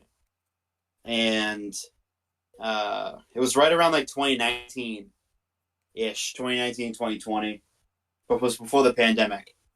And yeah, it was like I think he's again like with him it's tough because the tag team with Jensen was really good, but then of course they Shawn Michaels and his fucking patented ruining everything. Um, yeah, I'm just gonna put him in the average category. It's just his stock has fallen so far. Yeah. Um, he had a really good match with like he had a really good like triple threat match with Obafemi and Dijak. But he really just didn't belong there. And that like the only reason he was there was just to take the pin, as you could see, because he did. And then you know, they're doing. I don't even know if this is a storyline or this is legit, but like he like broke his ribs in the match or something, and then like you know he got like destroyed by Ivar on NXT. Um, so I'll put him He in the also average. too was that UK Tag Champ, and that was also like a big deal too at the time. Yeah, because I was like, I think it would like. I mean, I know technically they were like the last like singles UK tag champs too, so that was cool. Cause I think it was Ashton Smith went out to like due to injury and stuff. So then we have the next one. You might have seen him before. He hasn't shown up on Level Up, but I think he's been in the Indies. It's Cal Dixon. He's okay. He's been like good on the matches and stuff. Um, I think he had like a really good one with Oh, Javon he was Evans. on the was he on The Bachelor? Cal Dixon. Yeah, he was doing like he was doing reality TV. Okay. Well, he's a wrestling. Yeah, he's a wrestler now. He's good. I like him. He's been uh, they haven't really capitalized again because I didn't even know he was on the Bachelor until you just said it. So they clearly haven't done a good job capitalizing on it because Sean doesn't watch that. So Sean probably Michael's probably don't even know about it. Um, you They know, let him do it. um, I'll put him in like the good category. I feel like he's got a lot of potential. Um, and his wrestling's been like good. That's probably why he's been gone for a while because like he went through like a period where he wasn't there. So, um, I'm trying to remember if that's him, but I remember that name. the ad the ad fucked me on that one. Uh, yeah, he was on the Bachelorette in 2023. Okay. Uh, would you put him Caleb in? Ballgard is his real name. Would you put him in good? No. I don't even know anything about him, so like I can't Okay. judge. Average, I guess, How did you even know he was on The Bachelor then? because I remember seeing his name pop up. Oh, okay. They were like, "Oh, like it was like WWE NXT talent on The Bachelorette," and I was like, "Oh, it's someone I've never even heard of before." Um, It wouldn't be like Carmelo Hayes. right. Yeah, because they would have said like Yeah, especially Carmelo it was, Hayes. like, it was just they kept it like generic. I don't even think Carmelo Hayes would even do that would even do a show like that. So okay. I knew it Um, wasn't anyone big because they would have mentioned it. did you notice it's a struggle this time to get him in the good category? I think the ads are really fucking me over here. Um, all right, then we There's have the so next. many. Yeah, then we have the next one. You ever notice I'll close it out too? Oh, stop seeing this ad. Let's try that. See if that. Nope, didn't work. Anyhow, then we have Carmen Petrovic. I think she's got a lot of potential. She just recently signed. She's got like a martial arts background and everything like that. I Isn't she think with Natty, or am yeah, I thinking of another blonde? no, she's with Natty. I think she's been good. She's finally starting to see her potential. I'll put her. She's in between good and average. She's like just kind of starting to become good, but I don't think she's quite broken out of average yet. What would you put her? I think her being with Natty will push her to that next level. Want to just put her in good then? Because Because Natty's actually looked good yeah, in NXT so far, and I'll she's put her. NXT under upcoming week too. Also, Yeah, I'll put her in good category if I can. Okay, there you go. All right, then we have Kalani Jordan. I think she's been good. She yeah, been good too.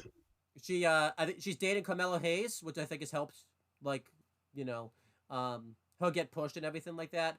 Um, but also too like she started out very well. I think she showed up. She had like a really good performance with like Cora Jade. She started out very rough because she was paired up with Dana Brooke, and that was like really dragging her down and everything like that. Because like they were doing this like weird thing where Dana Brooke was like a heel and everything like that.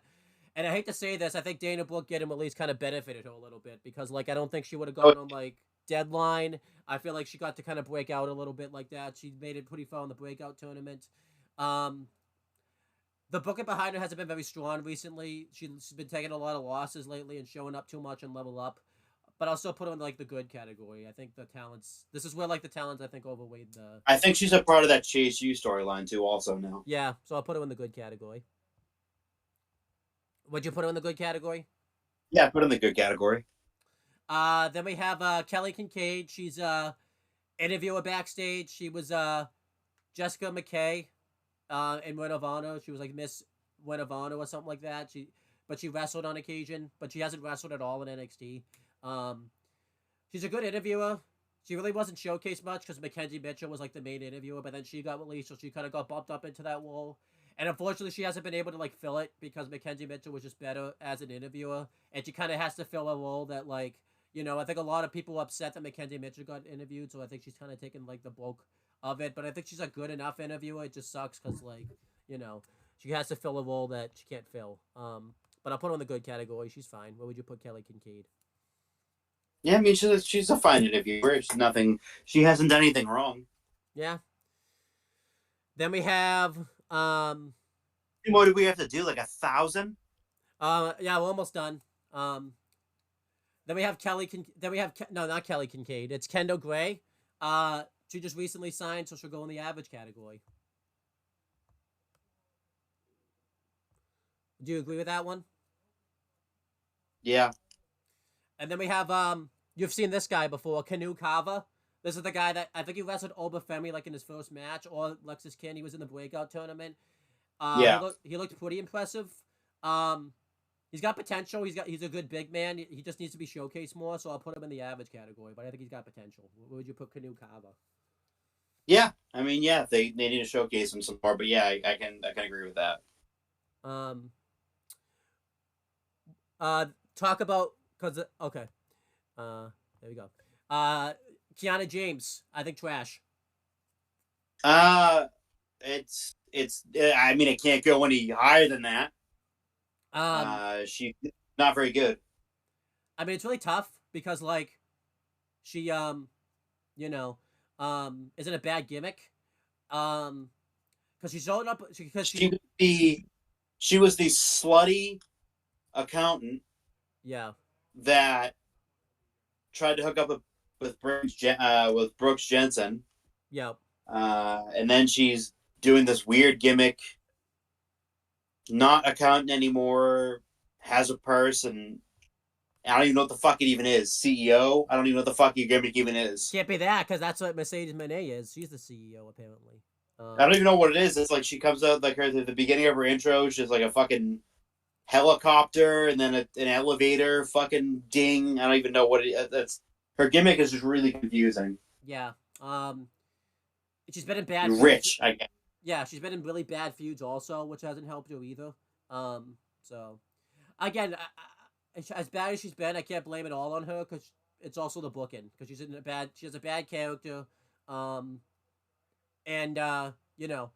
really tough to see, because it's not like she doesn't have, because she was in the indies for a bit. She showed up on Dark a few times and everything like that. I don't remember what her name was, but she showed up. I remember she was there a few times. What the fuck was it? It was some really like weird name, like X Tiana something. Yeah. So, and I remember she looked good in those matches. So then we have X Tina. The next two you don't know. So the next two are just gonna go in average. It's Keon Saint and Laney Reed. They just both recently signed, so they gotta go in average.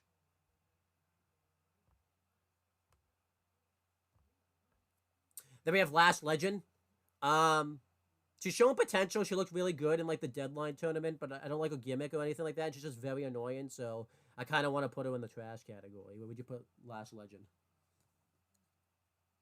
She hasn't shown any improvement, so yeah. I mean, her claim to fame right now is she's dating Trick Williams. Yeah, which got her like because they did a segment with it. And I mean, Trick Williams isn't kissing random women on television. Yeah, he's actually kissing his girlfriend, so. Which is hilarious. Yeah. Like, as soon as he did that, it's like, okay, they're dating now. They're dating, and it's pretty much a visual. And his name got brought up too recently. I think it was by Otis or whatever. Then we have Lexus Kin. I like Lexus Kin a lot. I like his character a lot. It's shown really good potential. Every time he's on, you always pay attention to it. He's been booked pretty good. Like, I feel like there's some things that they could have done better with him. I feel like actually put him on. Say that one more time. Like actually put him on TV. Yeah, he hasn't been on TV in like a while. And I feel like he could have done better with him. I feel like there's some things that they could have done better with him. I feel like actually put him on TV. Yeah, he hasn't been on TV in like a while. Yeah, he hasn't been on TV in like a while. Yeah, he hasn't been on TV in like a while. you know, he lost a deadline to Carmelo Hayes for no reason. That was stupid. Um, he could have bounced back from it had he won the breakout tournament, but then he lost the breakout tournament, which wouldn't be that big of a deal. But then, like, they did a whole thing where he injured someone to get in the tournament, and then he didn't even win it, so that was stupid. Um, and now he's like feuding with Von Wagner, and it doesn't really seem like Well, that's look who was fucking booking the tournament. He yeah. had someone cash in to make it a triple threat match, and not only did they lose, they ate the pin. Oh, we'll get to her next. She's the next entrant, actually. I'll put Lexus Kid in the good category though, because like you know, Yeah, I I'm like him a a lot. I'm a massive fan of Brian Pillman and Brian Pillman Jr. I think they both like Brian Pillman's one of the most underrated wrestlers this wrestler was ever seen. Yeah, I And think his we'll get. son is just as great. But I he like if he was pushed properly, he'd be way higher. Yeah, I think he's due. Even though he's just got there, I think he should get drafted to the main roster just because I think he'll actually be booked on the main roster. I think he'll really. I think Triple H will do him justice. Yeah, because Triple H will know what to do with him. Yeah, That's the thing is like if he was in the black and gold era, he would have been fucking North American champion by now. I think so. Yeah, because Triple H was very good about like you know he would have. Like I think he had Ricochet win the thing. Like was Ricochet the inaugural champion for It the was North American champion? it was Adam Cole then Ricochet. Ricochet beat him for the belt like really Yes, quickly. So yes, he beat him relatively quickly. That match was insane. he should have been left off. Stand and Deliver. He should have made like some type of appearance there. Like he hasn't shown up. I don't think he's shown up at any of the PLEs since like Deadline. I think he hasn't. He wasn't at. Against Well, Mello, right? That was yeah. like He hasn't shown up at well, any of the PLEs. he's been on TV.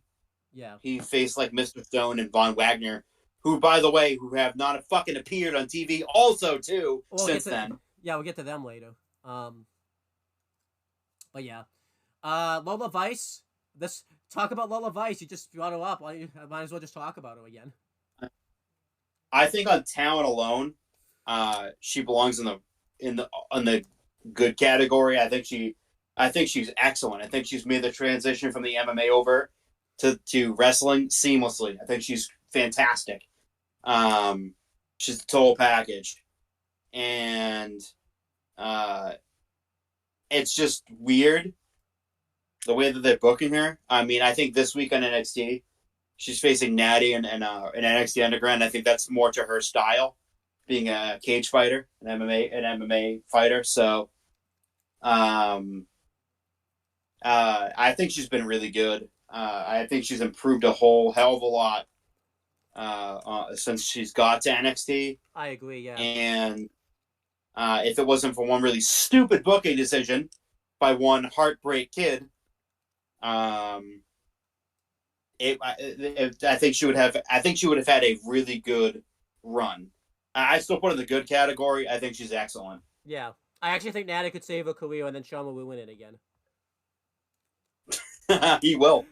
Yeah. Bound to happen again. I think because right now she's kind of lost in the shuffle, and I think like a face turn for her would actually suit her well. Yeah. Then we have the next one, Luca Cusafino, the last member of the family. Well, actually, no, we haven't talked about Tony D yet. But he's like the last like henchman. He's been very impressive. I'm surprised how good he is because he was on Level Up for a while and he was a heel. But I'm really glad they made the transition to him being like a babyface and stuff. He's done pretty good in like the family like role. I'll put him in the good category. He's been good so far. What would you put Luca Cusafino? I've liked him. He's fine. I mean, he hasn't really done much wrestling wise yet on actual NXT television, but yeah, I'm okay with him going the good category. Yeah. Lucian Price is trash. Same reason as Blanco Nemo. Oh yeah. Lyra Valkyria has been really good in NXT. She transitioned very well. She won the NXT Women's Championship and everything like that. I remember she was like gone for a while because I think Cora Jade had to go away and they didn't really have a feud for her. And then she was in the ladder match last year. She didn't win the tournament, so it kind of looked like it was gonna go downhill. Then she beat Becky for the belt. That really got her career like going and everything like that. had a really good run as NXT Women's Champion. I thought she had really good matches. The only thing that sucked is like the way she lost the belt, but that's more of the person that ended up beating her than her, because Yeah. she definitely lost the belt at the right time and everything like that. She was involved in this weird storyline with Tatum Paxley where Tatum Paxley was like in love with her and everything like that. That had potential, and then Sean ruined it like a few weeks ago. I think her time in NXT is Last coming. week, I had her be obsessed with the fucking belt, and it's just like the gimmick is it's not good. It's getting ripped apart online too. Also, Yeah. But I think Lila Valkyria is very good. I kind of hope her time in NXT is over because I think it's time for her to make the transition to the main roster. I think she's in the great category, honestly, because I think Yeah. she's super talented. I think the thing is like her promos sometimes up to par. Sometimes she'll come out and cut a really good promo, but then some weeks she'll come out and cut a really bad promo. Like This the on the from girl in that category, but as far as in ring goes, she's incredible. yeah, I think she's due for a call up. I think it would benefit her. Um, Have this match against Roxy and then get called up. yeah, take the pin too. That way and like write her off TV or Yeah. something. Malik Blade again, like I think a call up would benefit her big time. Malik Blade, like Idris Inoue, average. I think that's where we put it. Yeah. I mean, I like the tag team. It's just they're not better than average. Yeah. Again, if they were booked better, they'd probably like them better, but they're just not booked very well. So. Yeah. And then we have Mark Coffey. I like Mark Coffey a lot. I think he's really good. I think not Joe Gacy. See, I'm doing it now. I think Joe Coffey's a little bit better. I feel like Mark Coffey, he just he doesn't really stand out. He kind of is just the tag team guy. But I still think he's a good wrestler. I'll put him in the good category. Yeah, I have nothing. I have no qualms with that. Like I think Mark Coffey's really good. I think both the Coffey brothers are really good. Yeah, together, tag team, along with Wolfgang too. While we're at it, probably put them all in the same category together. I think that stable has been excellent ever since they debuted on UK together. I think we put Joe. It's weird to think like when UK started up, Wolfgang was a face and he turned heel. I know, yeah. He's been a heel ever since. But I think we put Joe Coffey in great. I wouldn't put Mark Coffey in quite great because he hasn't had like a match like Joe Coffey has. Like Joe Coffey's had more stuff that he's done. Like he had a killer match. Yeah, with Walter, that's true. And like the killer match with Pete Dunne. Then we have but I think that's because I forgot that we put Joe Coffey in the great category. But yeah, Mark Coffey and definitely Wolfgang don't belong in the good category. Then we have Matt Bloom. I think he's Hall of Fame. He's done a really good job as Hall of the Fame. head coach. Put his ass right up there. And the next person too, also Miko deserves to go in the Hall of Fame category too. Well, there's an issue. She hasn't been seen much recently, so we have to kind of take that into effect. Legend. Legend. I have nothing but respect for her. I can't put her any. You know what? I won't fight you on it. I don't think I'm gonna change. She had that really good run in UK. Yeah. As women's champion. She ended up losing in that triple threat, but then she had that really awesome match against Roxanne Perez that was ruined at the end. Yo. I would like to see more of her, but I think she went back to Japan. But I think the world of her. I think she's incredible. I do too. Which is awesome. And the fact that it's a testament to her. She was in fucking WCW, and she's still wrestling to this day, which is insane. These Japanese wrestlers are crazy. She was in 2001. She was in WCW in 1997. Yeah. That is insane. All right, so then we have. I think the next one's gonna be Mr. Stone. I like Mr. Stone. Obviously he was a wrestler for a while, but now he's transitioned into the manager role ever since he's come to WWE. He's had a few matches, but not a lot. I'll put him in the good category. He would be higher if he was booked on the show. Yes, I agree with that. I think him and Von Wagner are probably going to be on the same tier. Yeah. And then while I wait for this to catch up, MVP, I know he's not on the roster, but he's a free agent, so he can show up in NXT if he wants to. I would put MVP into the great category. I don't think he's quite Hall of Fame, but I think he's great. Yeah. Great talker. Yeah, I mean, going all the way back, his half man, half amazing gimmick. Yeah. The entrance, very good in the ring, very awesome on the mic. He just reappeared recently too, with Omos. So Who don't hold Yeah, that? like Yeah. I mean, he's been back in WWE for quite a few years now. I think this is pretty much going to be his last wrestling company. I think because I think they really value him as a presence in the arena and backstage and whatnot. But yeah, Yeah. I really have a lot of respect for DP. I mean, what's crazy to think he was just hired originally as like a producer, but then the pandemic hit, so they He fired all their was. they fired all their producers, but they wanted to keep him around, so he basically just became like an on-screen presence. So if the pandemic hadn't hit, we wouldn't have even seen like his managerial role or anything like I know, that. yeah, because If it he did the Rumble, and then I think he did a tag team match with Ray, and then and then he was supposed to go right back to his back. He was supposed to start his backstage role right after that yeah, if you think about it, because he was going to retire. if you ever think about it, by the way, you realize that the pandemic didn't hit, Bobby Lashley probably never would have gotten the push he deserved because like the Hurt Business wouldn't have been No, a thing. Like but yeah, the Hurt Business really benefited from being like in front of no fans. but then they didn't benefit. You realize too if the Hurt Business had been around, like if they just made it to the Triple H era, then that was then they were just a year away from the Triple H era. Like if they were in the Triple H era, they would probably still be together to this. I know they're kind of all together in like a different version, but I think we'd have like the Yeah, same members in the group. Maybe Lashley would have been kicked out by now, but other than that, I think everyone would have still been like in it for the most part. Like I Shelton. think that I think that if Triple H was in charge, Shelton would still be in the group. Cedric would be in it, and Bobby too.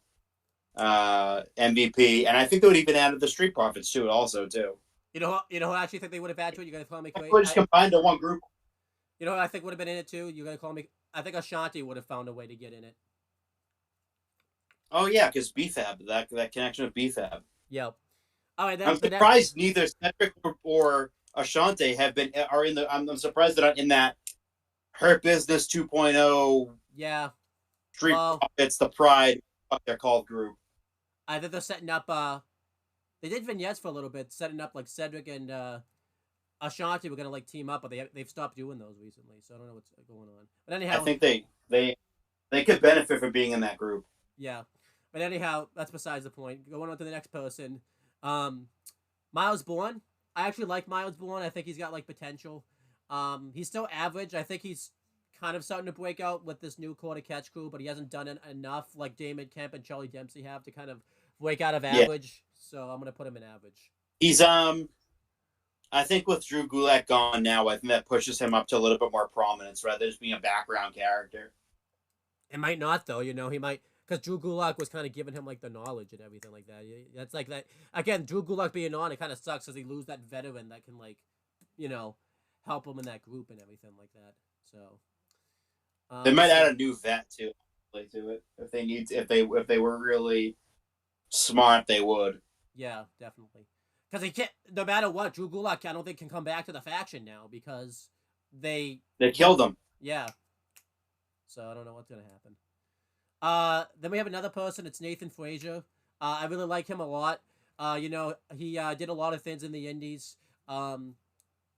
He was Ben Carter in AEW and everything like that, and then like he signed with WWE, which was kind of like a big deal for him because he was actually gaining attraction because I don't know if you remember he was on like Late Night Dynamite like right before that, which got him a lot of traction. I don't even remember who he wrestled. I think he wrestled like Matt Sydal or something like that. It was like something like that. And then he got signed. He did the UK for a little bit. They changed his name to Nathan Frazier like randomly. Like I think it was like maybe 2 or 3 episodes into UK. Yeah, because I remember there was a few episodes. Because he was Benjamin Carter for like a few matches in NXT UK. Yeah, and then he showed up, and then he made the transition to NXT. He did very well. He wasn't doing much for a bit. He won the cup once, and then he's now a tag team champion with Axiom and everything like that. And they're a really good tag team. Great. I think I think he's been very good. I'll put him in the great category. He's not quite in Hall of Fame, and I think the reason for that is because some of his booking doesn't really make sense. Like, I'm glad they got away from this, but they did he has like his own talk show that he does on occasion that like is very cringy, and you could definitely tell that that's like Shawn Michaels trying to force that on him because like he does not feel natural doing that at all. Like, but it seems like they've moved away from that. I don't even remember what the name of that show was. It's like, you know, but it seems like he stopped doing that. But I could say I always think that then he does it like the next episode. I say after I say Yeah, that's so stop trying to turn him heel. Well, we don't know that yet. I mean, at least for the meantime. But I'll put him in a great category. I think he's a great wrestler. I think he's due for a call up, but I don't think he's gonna get one because they just won the tag titles. Unless like they lose the belts at Spring Breakin', I think he will. But I think he's great. Where would you put Nathan Frazier in the great category? I put him in the great category. Let you talk about the next person. Nikita Lyons. Trash. Yep. She's awful. Yep. She's not good at all. To me, it's more than just what she possesses on herself. You need to have more than just an ass, a big ass to wrestle in wrestling. You need to have charisma, talent. First and foremost, the first two. She has none of that. Yeah. So it's just hurt again. Not really surprising. She didn't seem like she was taking a rehab all that seriously, and she hurt her knee again. What a surprise! It's just so she's just so unbelievably trash in the ring, on the mic. She's kind of bland. She's just not good. That's definitely like a later stage, like Vince, John Laurinaitis signing, because type of thing. Even maybe a Shawn Michaels signing. Definitely is. I'll let you talk about the next one because I feel bad of having you all talk about all the bad ones, but that's just for the, because I know you like to rant about those people. But I'll let you talk about someone, that you might like, Noam Dar. Yeah, I mean, he's been in WWE forever. Kind of not forgotten about now. Yeah. He was long forgotten about for a very long time. Yeah. And he reappeared on NXT, like, what was it, last year? I think it was like right after Stand and Deliver last year, yeah. It was like, holy shit, like, here's Noam Dar. Like, we haven't seen him in forever. He's doing the metaphor thing now, but he was originally on 205 Live. Yeah. NXT UK. He made his debut in when they were in Scotland, his hometown, his home country, not town.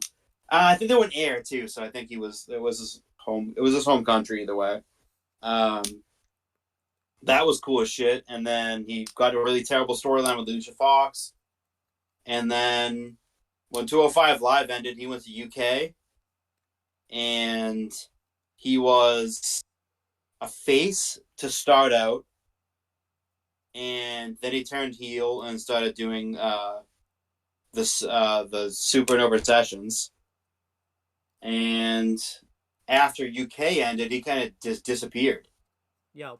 He disappeared for a long time. And when he showed up back again in NXT, it was very shocking. He brought the UK the Heritage Cup with him. And yeah, he's been in pretty much a very prominent role. He just hosted Stand and Deliver a few weeks back for NXT, and the Metaphor group is featured pretty prominently on NXT television every week. It's starting to grow on me a little. I think it's really saved himself. Yeah, I think it's starting to grow on me, like the Metaphor group. Like there's some weeks it's good, but there's some weeks it's really bad. But like I think for the most part, like I think Mud thinks it's cringy because like the he's very good at like being annoying and everything like that. So I would put him in the good category. I feel like why he's not like in the great category is because like I don't think he's really been able to. I think he's definitely being held back. I think if he could like really showcase his talent, he would. But he's got a good character and everything like that. I think he's due for a call up, but the only thing I don't think he's gonna get a call up in the next draft or anything like that is because like I don't think Lash Legend and Jakar Jackson. I don't even think Ola Mensa is probably ready for main roster yet. I think like he would bring them with him. Maybe he was in the Cruiserweight Classic too. Yeah, he was. I don't think he. That's where he originally. That was 2016. Oh my gosh! Like holy shit! I just looked it up. He's almost 31 years old. He's still really young. So Holy shit! there's no need for him to go to main roster. There's no rush for that yet. So Yeah, he's only he's only gonna be 31 soon. So yeah. So he was like in his. I think he was signed to WWE when he was like in his early 20s. That's what I was about to say. Yeah. So that's a good thing we are doing these tier lists. Next is Norman Smiley. He's a trainer. He was obviously a wrestler in WCW. He was 23. Yeah, but yeah, I think Norman Smiley's good. He does good. He does a good job training. I would put him in the good category. Hall of Fame. Oh, okay. I love Norman Smiley. What about great? He's trained so many fucking people. A legend a bit in WCW with his antics in the hardcore division. What about? He's been a Hall of Fame trainer. What about great? Absolutely. Great. I can do great. Okay. See, we just have to haggle a bit. I mean, most of his gimmicks in the U.S. were comedy gimmicks, but like when he was wrestling in Europe, he was a very serious wrestler in the UK, and he was amazing. Yeah, I didn't know that. I'm just judging what I've seen, and I've only seen like his WCW stuff. So if it will let you, I think it's the ads. Sometimes it'll work really well, and it's the stupid ads. There's too many of them. Yeah, and I can't do. As you can see, I'm trying to do stuff about it too. I can't exit out of them because then they just come back. So, I'll let you talk about the next one because like this is a cool one. Obafemi. Obafemi. He was a track and field athlete for the University of Alabama. Known more for their football prowess. My favorite collegiate team. And he's just really improved big time. Right now, as the picture shows, he is your current North American champion. He cashed in his shot as the breakout winner to become North American champion. And it's kind of tough to tell what he is right now because originally he was a face and he was a heel. Face, he just keeps bouncing back and forth. I think he could benefit from like them picking and choosing what he is, because he could work as a face, he could work as a heel. He has a shitload of potential. I really like Obafemi. I'm gonna put him in the great category. I think he's tremendous. I agree with how how much they fast tracked him. He's really shown a lot of improvement. I was kind of like confused at first, like why he won the breakout tournament, especially because Lexis Kim was in it and everything like that. Yeah, oh yeah. But like he really took a lot from like that opportunity. I still will die on the hill and say that Lexis Kim should have still won the tournament, just because I think it would have been better for him to, because even though like it benefited. But I'm not against it though that Obafemi won it. But he's done a really good job. He's doing his gimmick pretty much is he just runs through people. He runs through the roster. But I think he's been great. And I think it's just going to get better, too. His 26th birthday's in like 2 days, so he's still really young. Yeah, so it's like... But he's done really great. I think they're fast-tracking him. I think by the end of the year, I'm calling it now, I think he's going to be NXT champion. Oh, yeah, definitely.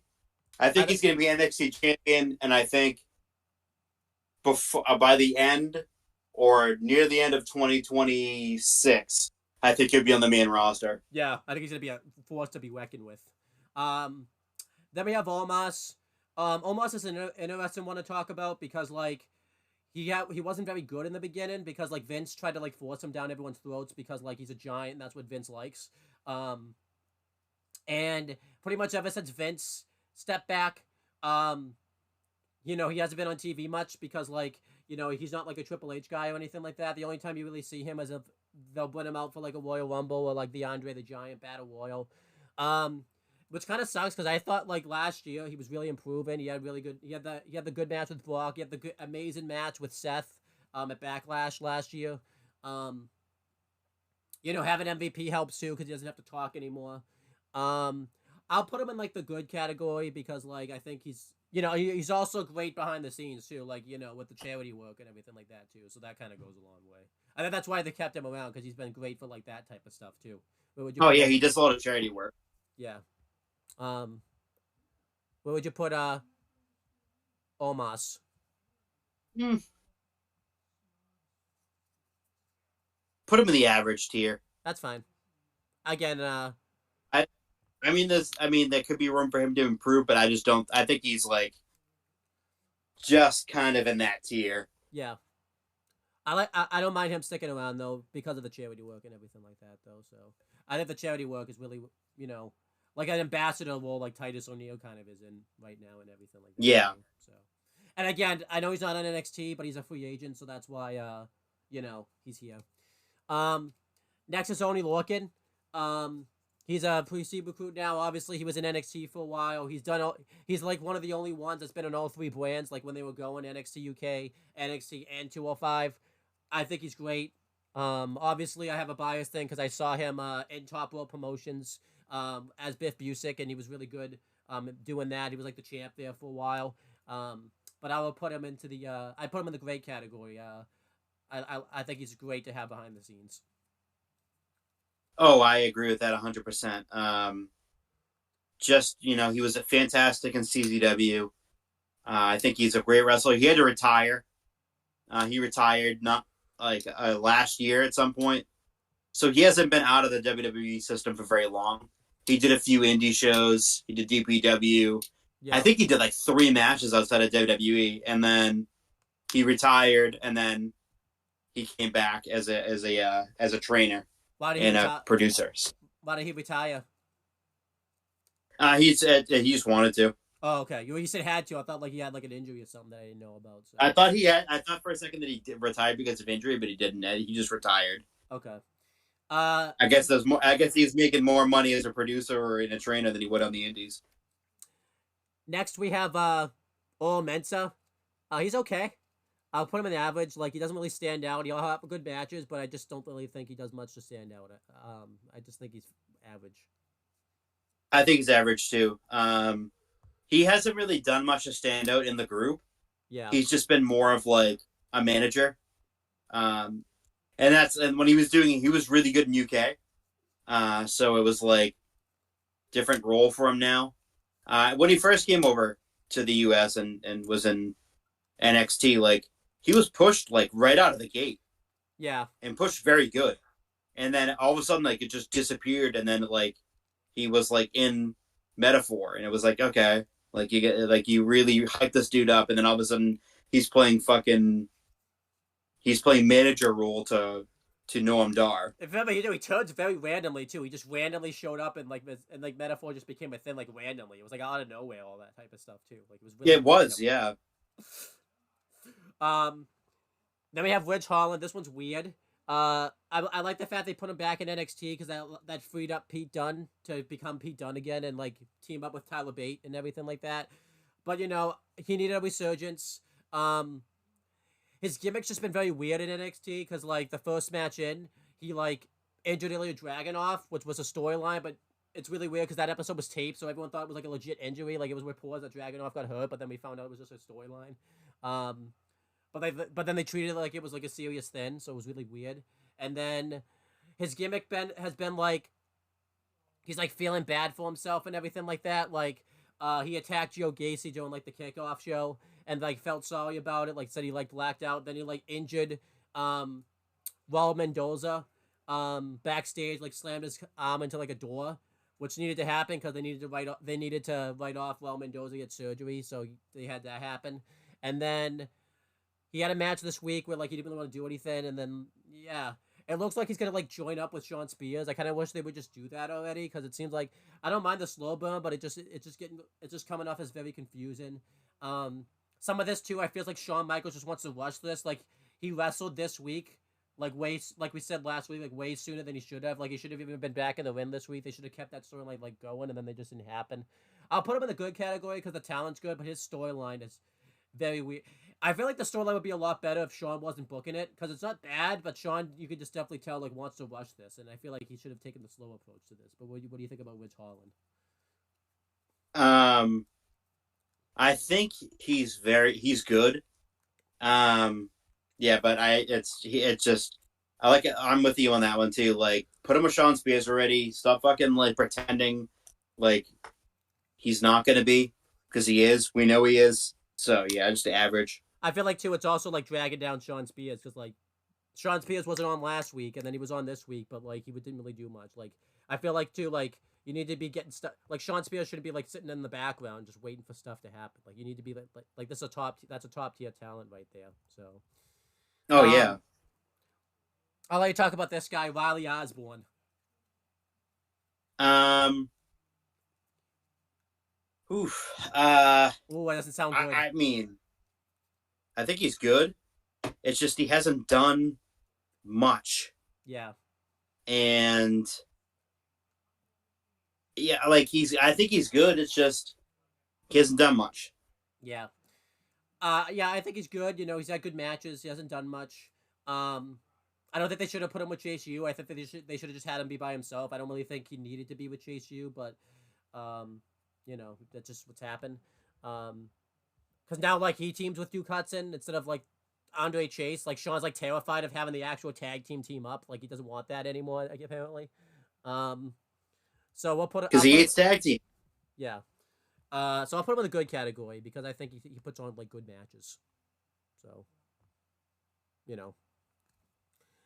Next one. Yeah. Who's after him? I think it's Robbie Brookside. Yeah, I like him a lot. I put him in Hall of Fame. He's a great trainer. Hall of Fame wrestler. He's a Hall of Fame trainer. This guy's an incredible trainer. He was an incredible wrestler. If the last name sounds familiar, that's Zaya Brookside's father. Yep. And she's also turned out to be quite the wrestler herself too. She's also very, very good. Not surprised. Her dad's excellent. I know. But yeah, he's very well respected within the WWE family, and he's just been an incredible addition. I'll say this. When they first announced him as a trainer, I was like, wow, that's a massive get for WWE to get that type of talent like in their organization. I'll say this now too. He makes a big appearance in the Next Gen documentary. Like when the rookies get signed, that's like the first one they put him with. Like I think that's where like the rookies start, because like they say like Robbie Brookside like makes you like find your passion like for the business and everything like that. He doesn't make you like I think like anytime any like rookie that gets signed that hasn't been in the business, they'll put with Robbie Brookside like first. So. Oh yeah. So yeah, he's Hall of Fame. Let me just because I had some, as you could see, I had some issues getting Riley Osborne in the good category. He wanted to go in average. Yeah, because it's ad crazy. I don't know where the hell Robbie Brookside went now. I gotta find him. I didn't know. I didn't have these issues before because these ads weren't like terrible before. Yeah. He should be. I gotta find him. See, if it wasn't for these ads, we'd be done by now. So. I know this takes forever. Okay. I put him in the trash the ads maybe put him in the trash. Ads are like he's trash. Put him in there. The ads are wrong. Fuck the ads. Wait, we say Hall of Fame? Hall of Fame, yeah. Yeah. Okay. Okay, this is one. I'll let you talk about this one. I feel bad that you got to keep talking about this stuff. This is kind of the same thing with Cora Jade. Roxanne Perez, NXT Women's Champion. Again, this, for me, is the same thing with Cora Jade, because by now they should be in the Hall of Fame category because they're both excellent. They formed a great tag team. They won the Women's Tag Team Championships, and they had, what Shawn Michaels did, like, it was his first real, like, he had his fucking hand in his privates, and he couldn't wait to break them up. I think it still was a huge mistake. And, you know, Roxanne went on to become a mega babyface. And she was a really great champion. In her first run, they made it do the stupid fucking anxiety pass-out storyline, which they have not touched on again, by the way, I might add. Never was brought up again after that ladder match. Even when Roxanne said that, like, talked about the ladder match, not one time did she mention anxiety. Yeah. It's insane to me how horrifically butchered she's been. Again, they have so many of the same gimmicks going on in NXT right now. Cora Jade, Roxanne Perez, and now Tatum Paxley are all basically AJ Lee. Yeah. Mixed into one human being. And Paige, too. Mixed into, all into one human. It's just the way they've butchered her is not acceptable. Yeah. And it sucks because, like, if she was on the main roster right now, she'd be, like, thriving right now. She probably, like... Oh, yeah. She would have been, like, a challenger for, like... She should be. Oh, yeah, absolutely. Absolutely, because Triple H should know what to do with her. Yeah. It's just Sean just fucking doesn't know anything. So, some people can be great wrestlers and horrible bookers. And that's him. I think the last year, she got bumped out of the great category for me, and she's going into good. Yeah, I would say this. At least Sean learned somewhat of his lesson, and at least like when she turned heel, she actually won matches and stuff like that. So that's like, you know, I understand this a little bit too, because like, Cora Jade got hurt, so they needed someone to fill the heel role because Sean screwed up so many heels, that he had to like turn her heel because they didn't have any heels, which he had Led Davenport right there for you, by the way, just But I'll put her in the good category. I guarantee you though, by the end of the year, if she's still in NXT, she's going right in that average category because her heel run's been awful so far. So it's fucking terrible. And then this is Ryan Kratz. Ryan Katz, he's like he's the producer, like backstage and stuff like that. He's been in WWE for a very, very long time. Okay. I was gonna put him in good. He's the Vaudevillains intro. Okay. He was wrestling on the indie scene. He was in Wrestling Society X. I've known him for quite a long time. Yes, but he was released from WWE. I think he was furlonged or released in 2020 or whatever, 2022. He's back now. But he's been in WWE minus the fucking maybe month that he was gone. He's been in WWE for like over 10 years now. Want to put him in great category then because he's been doing some great work? Yeah, I mean he's done a lot. He's done a whole hell of a lot. We'll put him right in that great category. Again, the ads just are gonna not let. It's gonna take a bit. But the ads will just be in the ads. Hey, it's good to know we have to deal with this though, because we haven't dealt with this before, like with the tier list. It's the first time the ads are just deciding to be shitty. Okay. Great. All right. This is he just signed recently. Where is he? Lion Kratz. Oh my god, Shagugas, he just signed, so we'll put him in the average category. Unless you know who he is. Yeah, it's Saquon Sugars. Or Shugars. This was Lucky Ali from DPW. Oh, okay. Super talented. I know who he is then. He was on Dark. Extremely talented. I'll put him in good then. And he had knee surgery recently. Okay. So he's going to be out for quite a while. But he's incredibly talented. Yeah, I've seen him in Dark a few times. I'll put him in good category. And then Sal Battle's Hall of Fame. Because Lucky Ali, I know the only reason why I know Lucky Ali, Saquon Sugars and Javon Evans is because of DPW. Yeah. Well, Lucky Ali, Jay Malachi was crazy there, and Lucky Ali was like a big heel there. Lucky Ali definitely was in Dark a few times though too, so that's where I know him from. So, Sal Amato, I think is Hall of Fame. She's been a great coach for the. Sal Amato's great. It's also Claudio Castagnoli's, I think, his girlfriend or his wife. I think. Okay. They've been together for an incredibly long time. That's cool. I didn't even know that. Yeah, since 2011. That's cool. But I think she's been a great coach. And She's not trash, obviously. It's just the ads are fucking me. No, she's awesome. Yeah.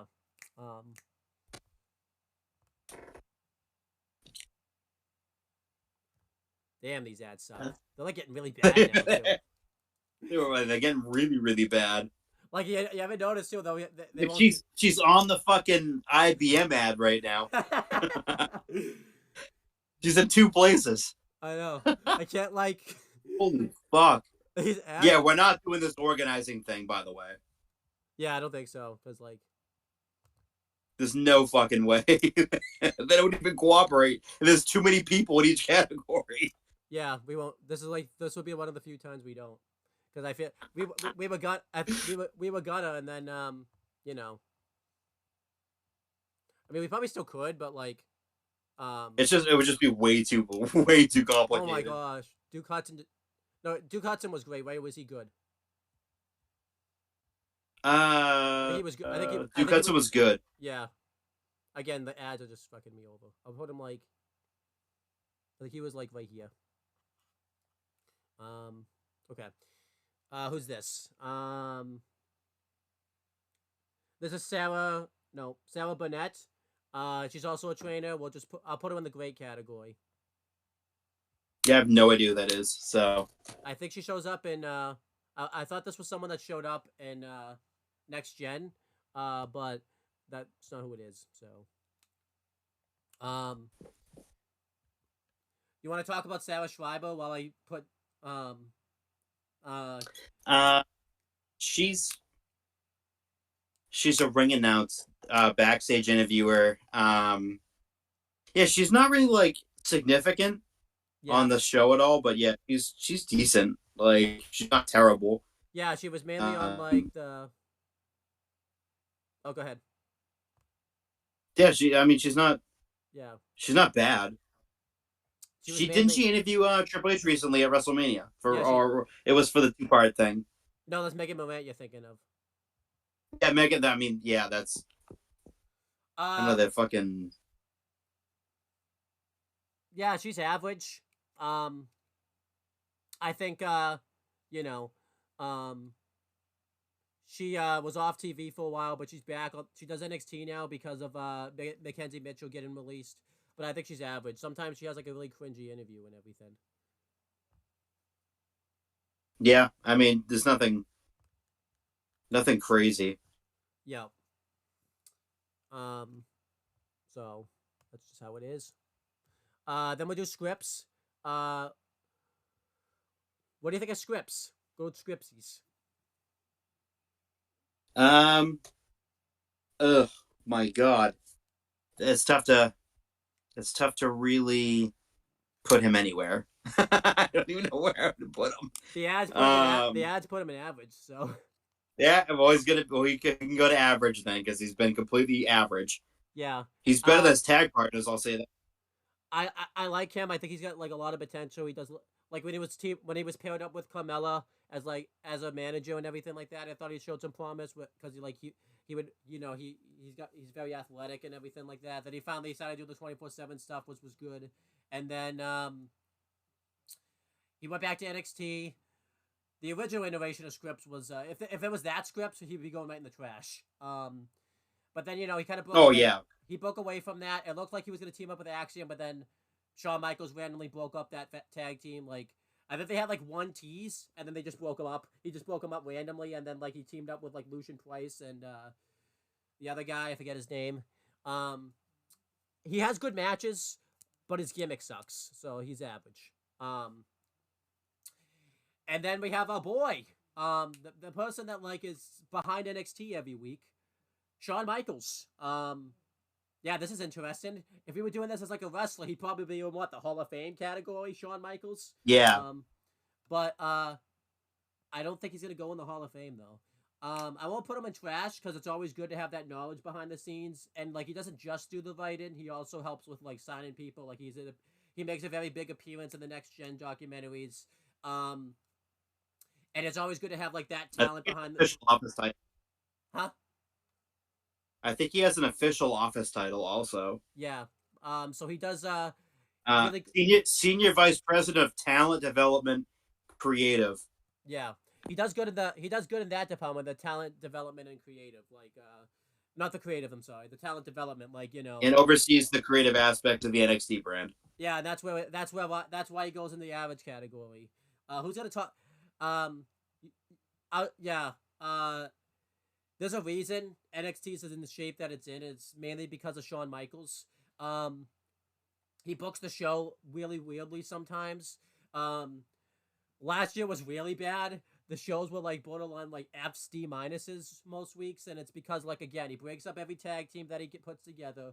He likes to turn people heel when it doesn't even make sense for them to go heel. He continues storylines longer than they're supposed to go on. Um, he doesn't push the right talent sometimes. Sometimes he over pushes talent that isn't good. Um, so that's kind of like where Shawn Michaels and all of a sudden he's afraid to be on camera now on the NXT television. The PLEs he's completely fine with being on camera.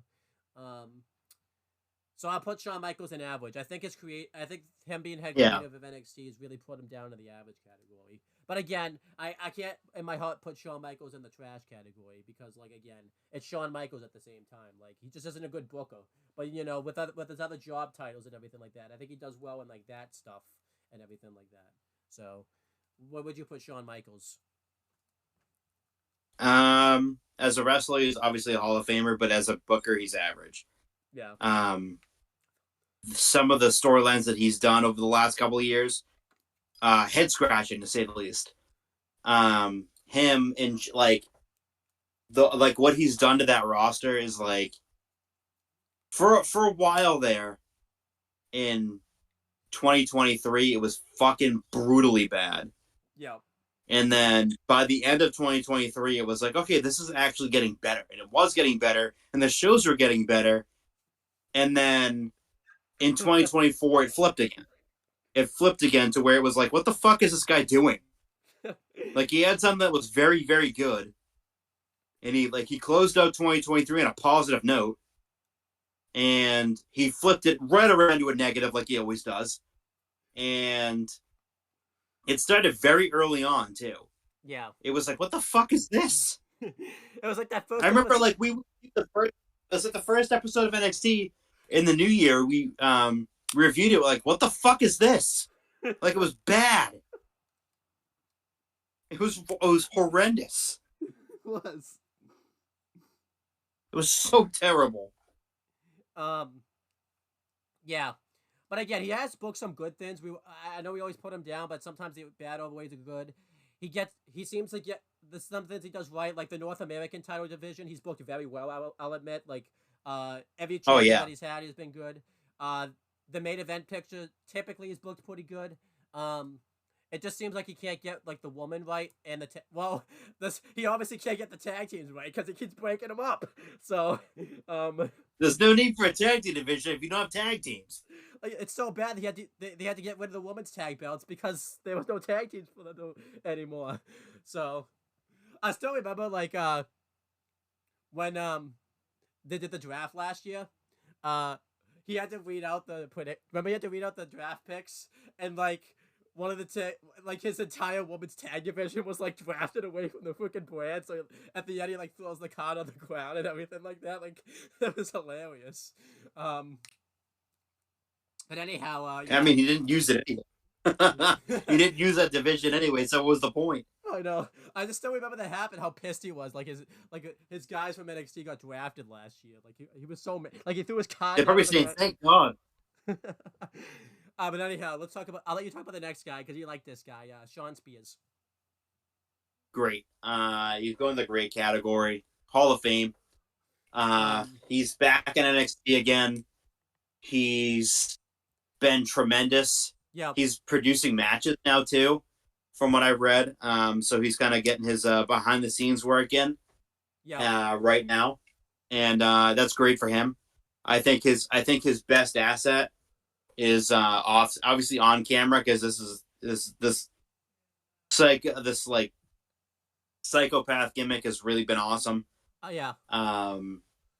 He's also a huge asset behind the scenes to have, and it was the smartest thing NXT could do was scoop the guy up immediately.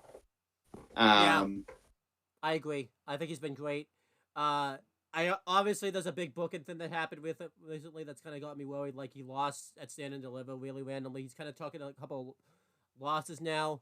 I think he can recover from it. You know, I think.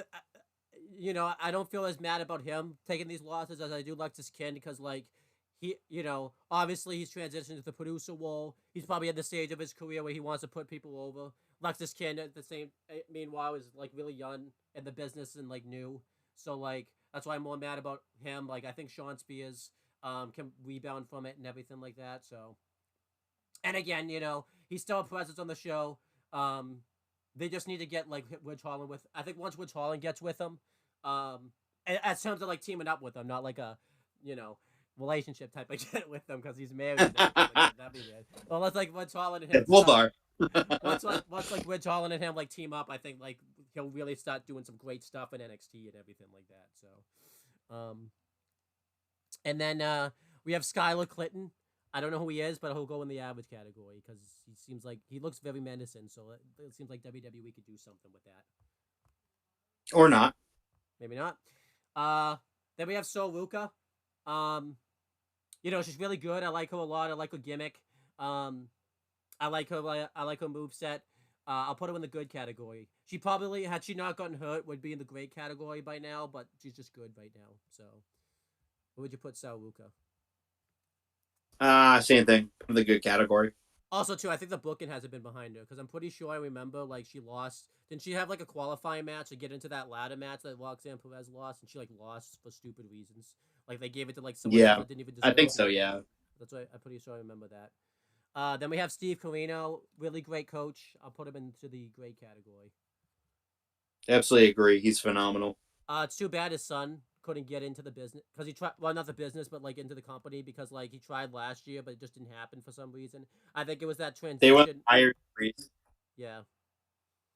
So. That's what happened. They were in the hiring freeze, and they were in the process of hiring. They were in the process of hiring Colby, and it just when the hiring freeze happened, it was like the contract was voided basically. Yeah. I hope he can come back because like I don't really. He's in NWA. I hear he's doing good stuff, but like you know, he deserves to be in the big time. So, Stevie Turner's average. She's a good wrestler, but she has a gimmick that doesn't translate, and then she's been off TV for a while. So, you know, for a long time. Yeah, I can't even tell the last time she's even been on actual television. I would put her in the average category. NXT play maybe. Yeah, I put her in the average category. Yeah.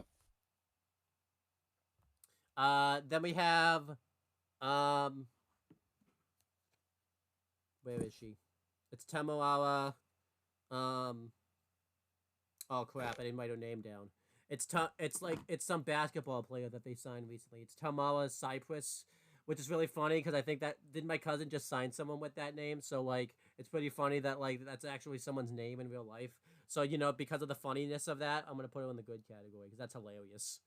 That like that's actually someone who's like signed with the company and everything like that, and like they put it. I forget her name now, but she was a Olympic level athlete. I forget what for though. I'm putting it on the good category because I'm pretty sure my cousin just signed someone with the same name and it's like an enhancement talent. That's hilarious. I think that deserves to go in the good category. Do you agree or not? Yeah. All right, hold on. Yeah, we're definitely not doing like at the end, like because I feel like if we try to do this at the end, we're just so. Plus, I didn't think it was gonna take this long. Tatum Paxley will go in the trash. Yes. Her gimmick's been terrible. And it looked like it was going somewhere. And then Sean ruined it a few weeks ago. Yeah, it did. 100%. Tank Ledger I want to put in the trash, but I'll put him in average because he at least has some personality. It's just it doesn't really translate to him in the ring, but he's got some personality. So. Yeah, I agree with that. And then I have to see who this guy is. Oh, Terry. No, it's not Terry Taylor. Oh, did I miss? I think I missed Terry Taylor. No, I didn't miss Terry Taylor. Who is that? Oh, Tara Hybley. I think she's like she does something like writing wise. So again, average because of that. Because of the shape NXT's in. There's just too many people.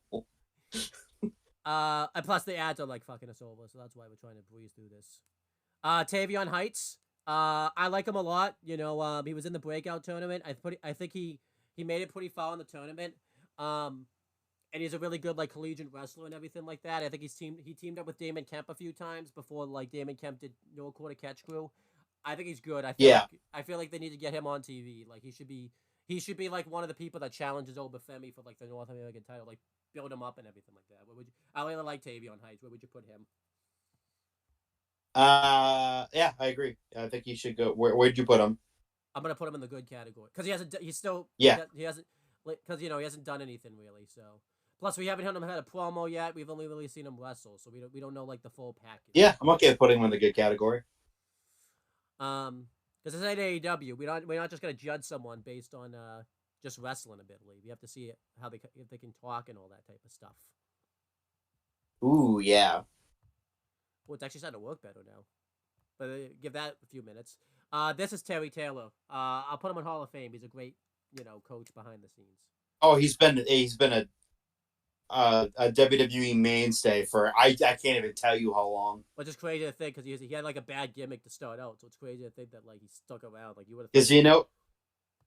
Because he was the Red Rooster. Yep. How long has he been? He's been back in WWE since fucking 2012. That's cool. So like over 10 years. Yeah, because he was in TNA from 03 to 11. We said Hall of Fame, right? Yeah. Okay. Yeah, we're definitely not like going back. I'll read who's in each category just so that way, like, but we won't like put anyone like, we won't move people this time. We probably won't do that. I have a feeling it's gonna do this again. Tony D'Angelo. I like his gimmick. It's kind of stale now. Like I've talked about before, his gimmick was really good in the beginning. I think they ruined it when like they took him off TV when he was like the most over and like had him go to jail for a few weeks. Because like he was away from Killed the crowd. He had a good match with Dragunov recently. The tag title reigns with him and Stacks weren't really anything significant. I'll still put him in the good category because like when the gimmick's good, it's on, but when it's not, it's not. So I'll put him in the good category. Would you put Tony D'Angelo? Yeah, he's good. He's a good talker. I agree. He's good. Yes. I'm still interested to see how this gimmick will translate to Triple H's like main roster because Triple H's main roster doesn't really do these type of gimmicks that much. I know they have like I know R-Truth's a big thing, but like I'll just be kind of interested to see like how that will go. Trey Bearhill, I think I'm gonna put him in the trash. The few I've seen of him, he hasn't been very impressive. There's a reason I think he's been off TV. You never noticed, like, once Let This Kid beat him, he's been gone. I think he's trash. I don't think he's been very good. Yeah, I agree. And then we have, because he could show up here if he wants, Paul Triple H Levesque. I mean, you got to put him in the Hall of Fame, right? He's awesome. Yes, but I don't think he ever will. Since we're on the thing now, The Rock, because he could show up in NXT if he wants. I think he's Hall of Fame. Off, baby. Just want to get that over with now because then we'll have to come back down here and everything like that. So, they're not trash. Yeah, trash, right? Well, yeah, trash. Look at this guy. Look at that guy. Put him in the trash category. He couldn't wait. Could not wait. Why? I want to talk about Thea Hale while I'm doing this. Thea Hale's great. I think she's awesome. Yeah. She was miscast as a heel for some reason for like a few weeks, and they decided, wait a minute, that's not the best thing for her. And they put her back into her Chase U face days, and then they tried to make like JC Jane like her friend, and that was terrible. They tried to make her be like gothic, and that failed miserably. It just was not good. Not even remotely good. But now she's kind of back on the right track again. I think she's good. She, like I just said this a few weeks ago, she really stands out from like the NXT like women's roster and everything like that. She's very young too. You know, I she think doesn't. she's Yeah, yeah, because yeah. Oh, she's incredible. um, you know, um, it's crazy to think. She just graduated high school. Like, did they actually sign her when she was in high school? Because I know she was working Level Up, and then they announced that she was graduating. Like, did she actually sign a contract, or did they wait till she was 18? But I think wait, she waited. I think they waited till she was 18 because she wasn't. She wrestled. She did a couple of dark tapings yeah, as Nikita Knight in I remember that. 2021. Yeah, I remember that now. You ever notice, by the way, like But every yes, but she was still in high school. I think at that time. do you notice that everyone that AEW did not sign, like woman wise, ended up in NXT? Yeah, I'm just saying. Um, absolutely. Yes. maybe this is why you have to have a performance center. They refuse. So hey, their mistakes are WWE's game. Yeah, and they're about to gain, I think, another one, right? Isn't someone else leaving? Matt Hardy could be another one. Yeah. I'm obviously making conversation so I can like move Thea Hale. So Yeah, it's not moving very fast. she was for a little bit. I think the next one's Trick. No, it's Oh, fucking great. Great category. He's been phenomenal. honestly, His gimmick is over. yeah, His gimmick is over insanely. yeah, Um, he's just a fucking ball of energy. yeah. The crowd really loves him. Booker T loves him. Everyone loves him besides Dave Meltzer, but his opinion doesn't matter. Um, I think and he's been phenomenal. His return from that fake knee injury when Stacks brought him when Tony D brought him back was just insane. And then yeah. they had that great match at Stand and Deliver, and then they had a cage match recently, which wrote off Carmelo, and he's going to the main roster. I think he's been great. You know, obviously he really caught fire, like last summer, because obviously that's when they really started like pushing him, and then like he really got over and everything like that. I think why he's not Hall of Fame is because like I think there's more for him to do in NXT because he still hasn't won the championship or anything like that. So once he kind of gets the belt, I think like and finishes up in NXT, he'll go in the Hall of Fame. I also think like he's also great too. Like his whoop that trick like catchphrase is not just over in WWE. It carries over to AEW. It carries over to like Impact. Like everybody chants it in every wrestling company, and I think you gotta be doing something right if you're doing it in every wrestling company. Exactly. And when it comes down to what Dave Meltzer like said about him, I don't really understand that. Because yeah, he's not the best wrestler, but he's just so over. It really doesn't matter. Like you said, he's more over than Will Ospreay is right now. I think so. Um, I firmly believe that. and then we have okay, Or as they just called him, Will Ospreay. as who? Oh, he did. Edge called him Will Ospreay. Oh yeah, that's right. Um, then we have Tyreek Equi. He showed up on Level Up a few times. I don't think he's shown up on like NXT yet, but he's shown potential, so I'll put him in the average category. Um, while I wait on that, do you want to talk about Tyler Breeze? Yeah. Tyler Breeze is fucking awesome. Yeah, he is. Um, he recently, within the last few years, has been helping out at the Performance Center. And he's been doing. He basically signed a contract with WWE that allows him to still appear on the Up Up Down Down channel, Yeah. do some uh, do some training in at the PC, and also allows him to wrestle on the side. Um, so that's why you've been seeing him a lot. That's why he's in W. That's why he's in 2K this year.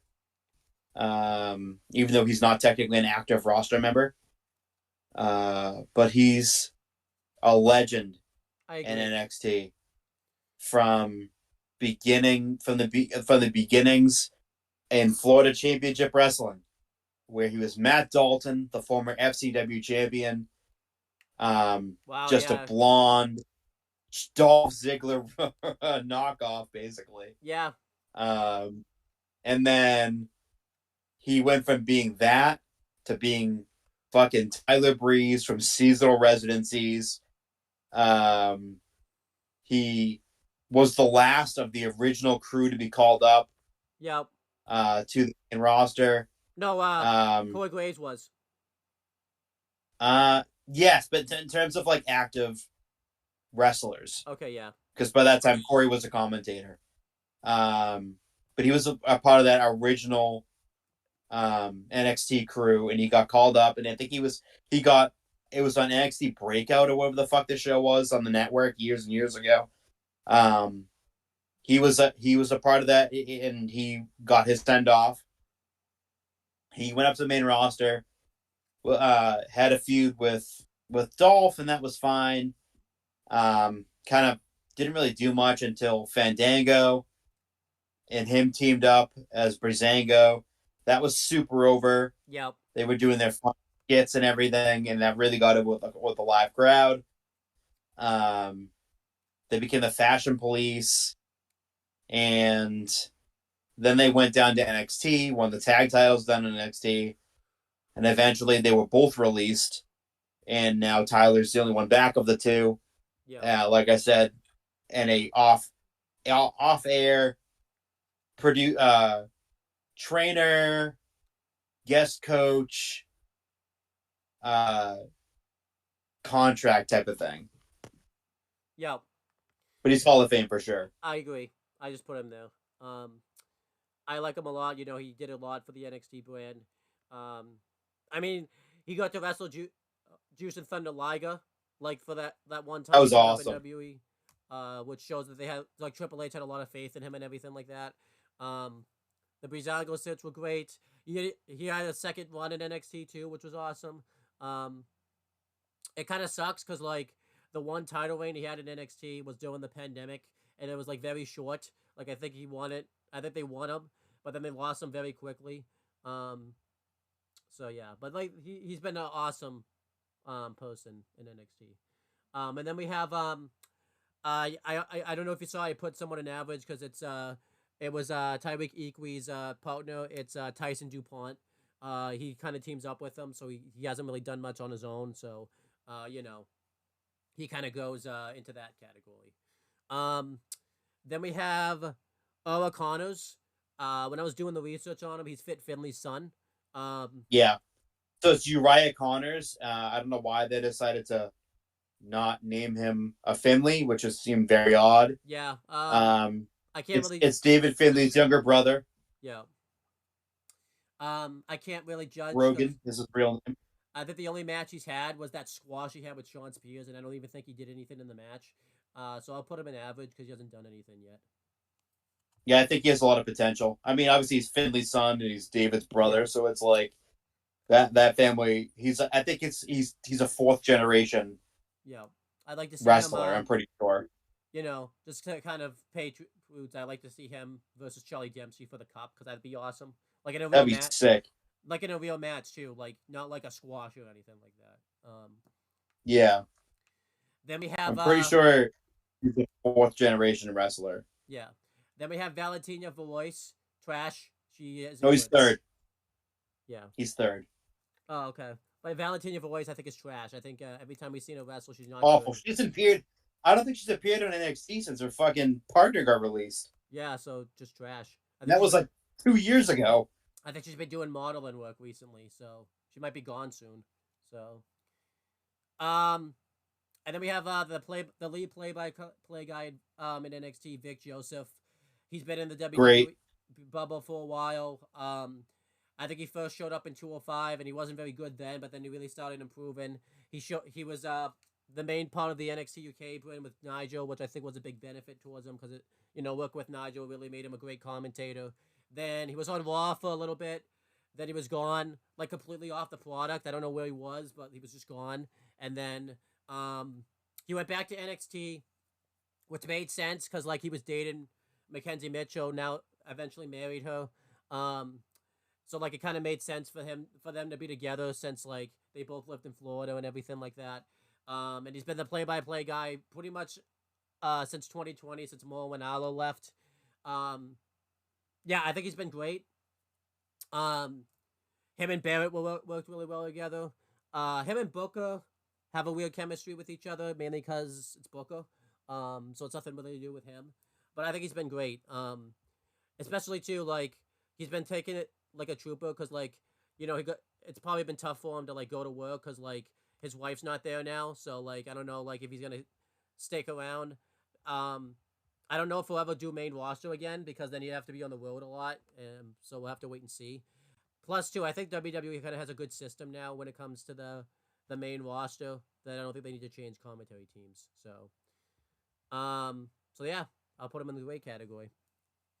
Then we have Vlad Plenvinko. He just signed, so we'll put him in average. And then this one's a sad good. Do you want to talk about Von Wagner? Because he's good, but he should be higher. They had a gold mine with him when they started talking about his past. That was all legit. None of that was fake. Um, but yeah, it's just I don't know what the hell they're doing with him. Yeah. Like he hasn't been on TV in a long while, and he was getting super over. Yeah. And then they did stupid kayfabe injury thing But they didn't even need with to his do. head, and then they didn't even need to do it because he's already over. He's just dumb. They were doing a lot of shit with him that just didn't make any sense, and that was one of them. Yeah, it was just bad. And then they did another thing like when he came back to face Braun, he lost like the blow off match, which was stupid. And then like they had him and like Mr. Stone like team up, and then they lost, which was really stupid. And now like yeah, it's really stupid what they've done with him because he should really be. They had a gold mine with it because I don't think you forget he was terrible before that storyline came out. Like he became like the best babyface in NXT, and like Sean ruined that too. That's another thing Sean ruined. Oh yeah, You ever notice too? absolutely. Every time somebody gets like interesting, Sean just ruins it. Like the second it gets interesting, he just can't help He it. has to. Then we have Wendy Chu.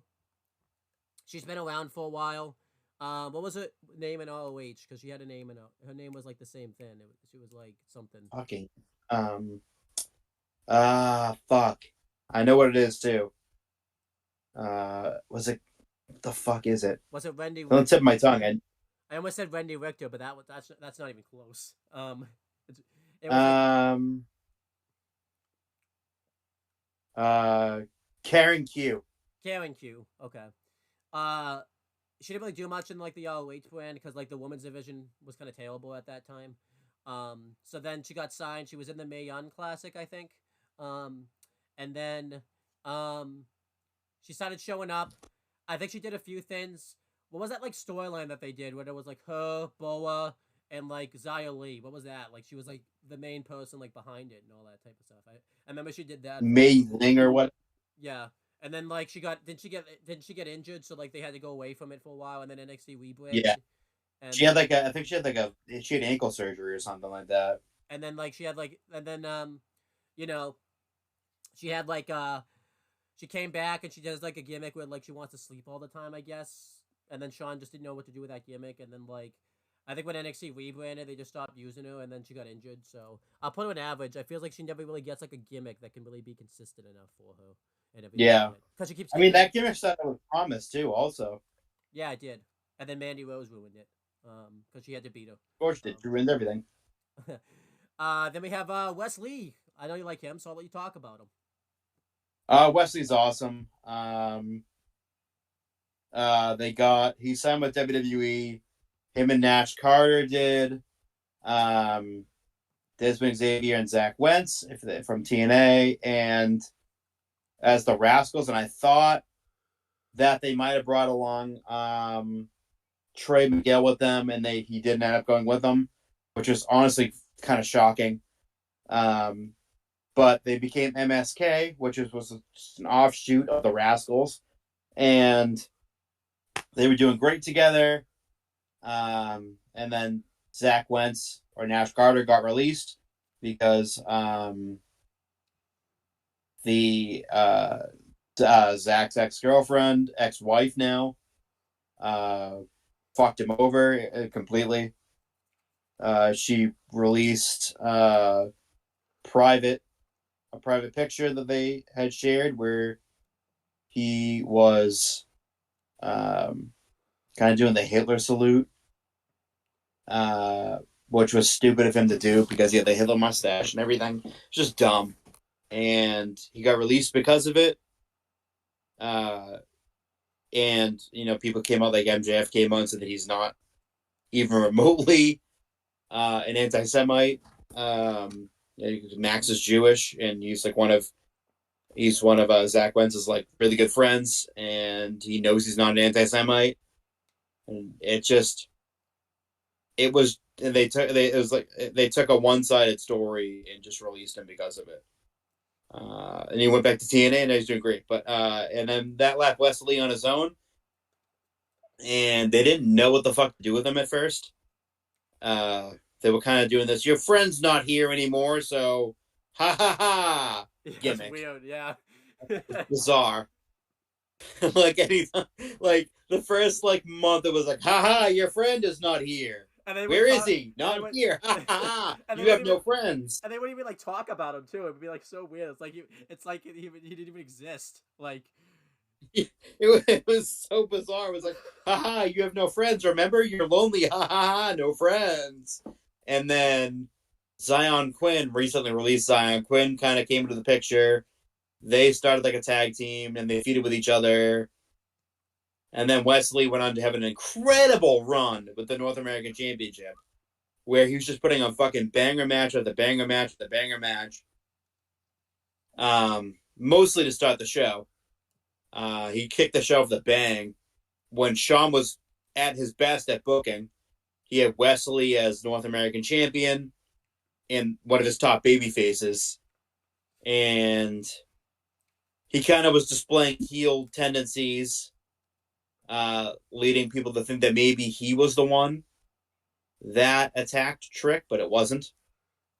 And then he came out and announced that he needed back surgery because he lost his North American title, and he was supposed to face Dom for the North American title, but then it became Dragon Lee because Wesley got hurt. He hurt his back.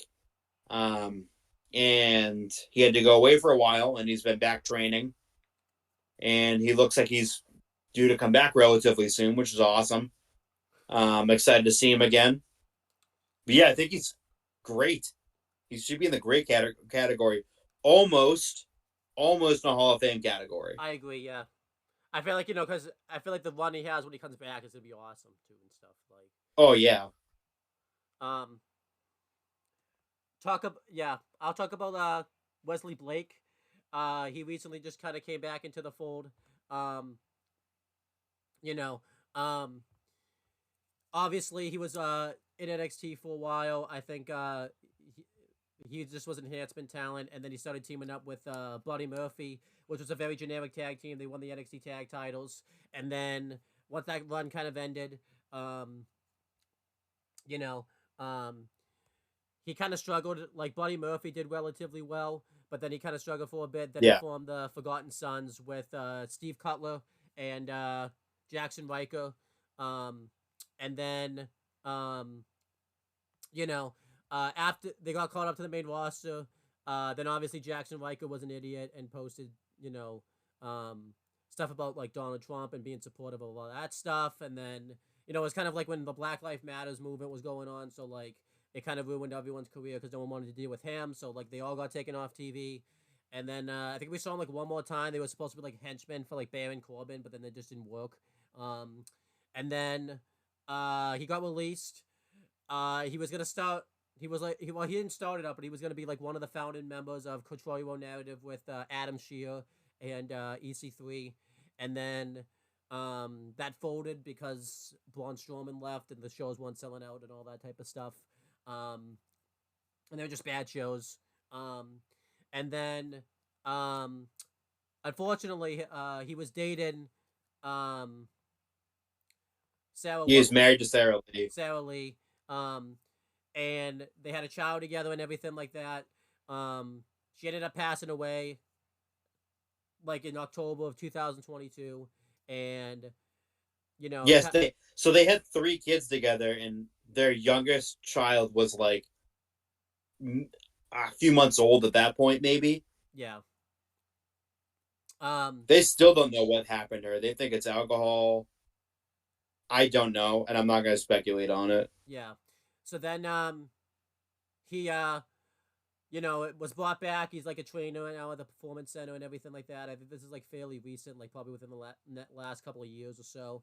Um, Yeah, right after Sarah died, he was like, it was more so of like a hey, like we got to keep your mind off of it. Like I know this is gonna be tough for you, but like we're here for you, type of thing. Here's yeah, like a performance center job and be a trainer because he's been doing great at it. So I'll put him in like the, you know, I'll put him in the good category because I don't want to put him in the great yeah, category, but I'll put him in the good category. Good to see that he's like still around and everything like that. I don't think he needs to wrestle again. Um, if he does come back in like in a wrestling role, I wouldn't complain about it. But you know, um, his best asset at this point is being a trainer. yeah. All right, last four. Um, William Regal. Finally, Uh, Hall of Fame. Does we really don't even need to talk about him? yeah, he's Hoff, put his ass in that Hall of Fame category. Guy's uh, a fucking legend. yeah, he's great. Best His German. offspring has been amazing too. Yeah, yeah, But he's the best thing that ever happened to NXT yeah. on screen and off screen too. He's been a tremendous talent scout.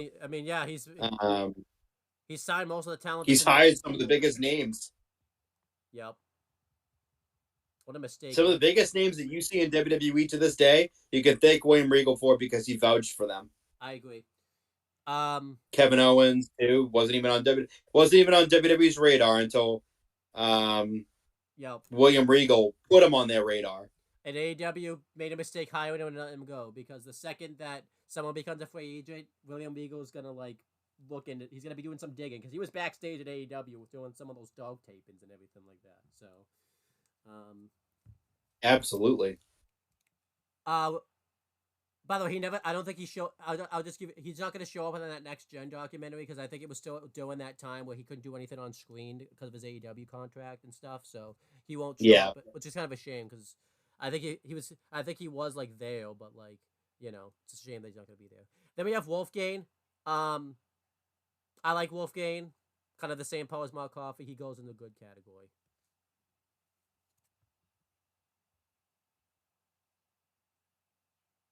Do you agree?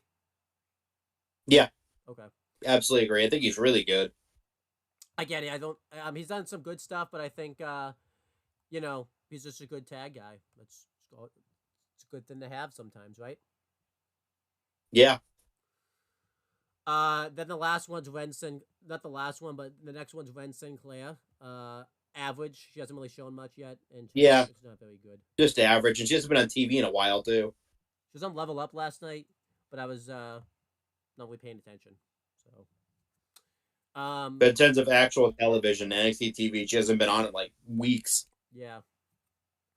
So, and then we have what's her name? Because her name's because she shows up in Next Gen, but they changed her name. It's Zena Sterling. Um, they just signed her. She is from the Ukraine and everything like that. She you know, um, she has like a swimmer background in that type of department. I think she got promise. I'm really worried Shawn Michaels will just make it like all these other women that we talked about in NXT, which I think is definitely going to happen. Um, but I'll put her in the average because again, she hasn't really done anything yet. But she does stand out a lot in the next gen thing. All right, that's everyone. Um, we're not gonna. I won't move anyone. I'll just read through who's in each thing since we did this for a while. Since we I didn't plan this video going that long, but as you can tell, the ads did not want to cooperate with us this time for this tier list. But I'll read through them. I'll start with the trash and go to the good, so that way we can see some progression. You can just tell me if you think they should be out of that category. We don't have to like move anyone, but like if you think yeah, especially too because of the ads, I want to make sure they all stayed where they were. So in the Yeah. trash is Adriana Rizzo, Boa, out the mud, both members in the tag team. So Lucian Price and Bronco Nima. Adriana Grace, Hank Walker, Izzy Dame, JC Jane, Jasmine Nix, Kiana James. Um, I think Canoe Kava shouldn't be here, right? I think no, that's not Canoe Kava. That's not who I. So, Tatum Paxley, Trey Bearhill, Valentino Ferois, Nikita Lyons, and I don't it's just someone's like top of the head. I don't know who that is, but I'm pretty sure that's someone that we had to have included. That had It's someone. yeah. But do you agree with all of that? Yeah. Um, and then and the average. I'm just gonna all we'll just say all the people that we haven't seen on TV yet. That I think go there, like the PC recruits. Just that way. Yes. Ava. It's just too many. Yeah, Ava goes there. Blair Davenport. Did we? I think Blair Davenport we put there. Um, Blake Howard. Booker T. Brinley Reese. Brooks Jensen. Shannon Sachs Lorenzo. Damon Kemp. Danny Palmer. Cora Jade.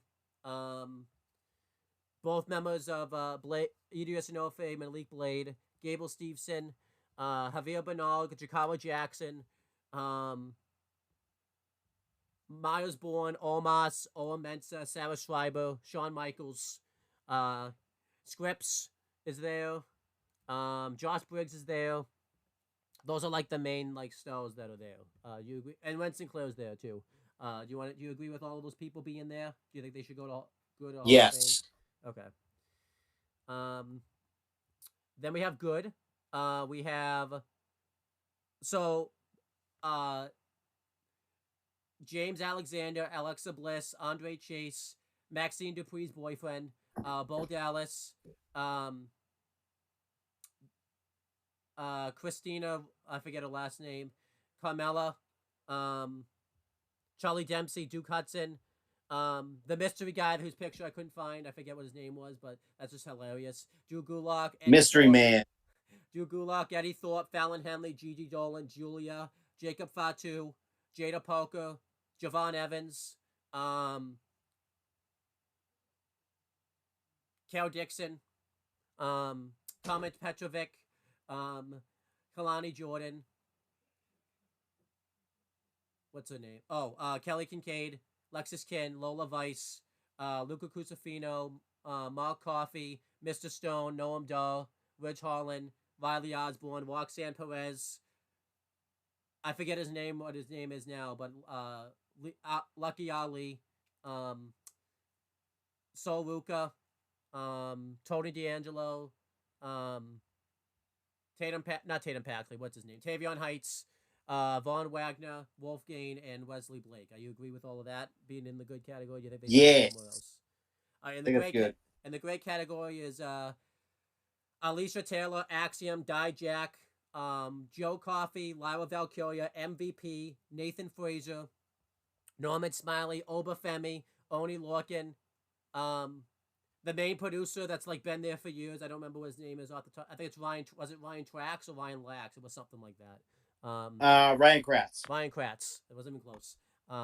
Sarah Amato, Sean Spears, Thea Hale, Trick Williams, Vic Joseph, and Wesley. Do you agree with all of them being in the great category?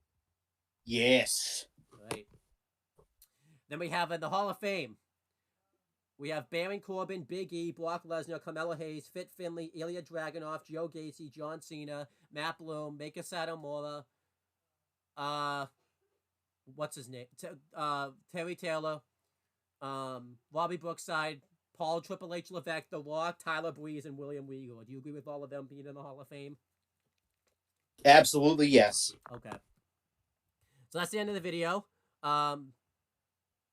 I apologize that this was so long, but the ads just did not want to cooperate this time, so it happens sometimes. But yeah, good little tier list. You ready to do this for SmackDown? Because it's probably gonna do. We won't have as many people because we're not gonna have all the PC recruits and everything like that. Yeah, it's gonna be a lot less people. Yeah, but might be manageable. I'm glad we did NXT first. Yeah, because that was a lot. Yeah, but overall, anything you want to plug or promote before we end this video off? Tune in to what we're doing this week. A lot of stuff coming out. Tune into our Twitch channel. We're doing WWE 2K24 draft, not draft, brand supremacy Yeah. for GM mode this upcoming Tuesday. So make sure you tune into that. It's a little fun thing that we're doing. Yeah, and it should be a blast. Yeah. And then on Wednesday we're doing it. That's Tuesday at 8:30. So if you're not decrepit and old like me, tune into it. Well, probably won't Wednesday. Yeah. Wednesday we are filming the SmackDown tier list. Yep. That should be coming out sometime relatively soon, maybe, I guess. Within the next couple weeks. And basically watch our channel update video. You'll be informed on everything that we're doing. Yep. The only thing that's not happening is probably the WWE Aftershock. Everything before the draft, because we can't squeeze that in now because Yeah, we can't squeeze. Our schedules are too busy. But yeah, we're gonna do a tier list. Recorded Monday. Steve Coakley and I are gonna do the Raw roster. Because Chris can't do all 3 tier lists, and I figured, whatever one Cody's on, to let him do. It's kind of a shame Cody's not on Raw anymore though, because I think all the guys that Chris likes on Raw, but like something's gotta be sacrificed. So, that's fine. It'd be kind of cool to do the Raw roster because Raw will be on like at least for a half hour of it at the same time, so I think that makes sense. Plus, we're coming at Monday, so it kind of makes sense to record that Monday. What else? Yeah, just check out the channel update video for all the future upcoming content. Check out let's see. On the Talkinator, my cousin AJ and I are doing some videos. Definitely check out the Yellow Jackets video. Because we started doing that. I still have to upload episode 2. But we did episode 1. I know the videos are a little long, but we're still in that introductory stage of the show, so like we're still meeting characters, so that's why and my cousin hasn't seen the show, so he's like making predictions as we go along and everything like that, and I have to kind of like be like, oh yeah, could be that, but might not be that, so. It's funny because you've seen it and he hasn't, so you already know what happens. Yeah, so you'll be. Like I told you off air, I slipped up because like one of the characters like shows up in the present, but like when I was going through the cast list, I accidentally almost read off like it was like yon this person and stuff, so it was like really hilarious. So I had to be like, oh no, just yeah, that's this person. So, but yeah, he just. I'll tell you what a prediction he made when we close over here. But yeah, that's pretty much it, guys. Thank you guys for watching this video. And since it's being recorded in the past, we will talk to you guys in the future.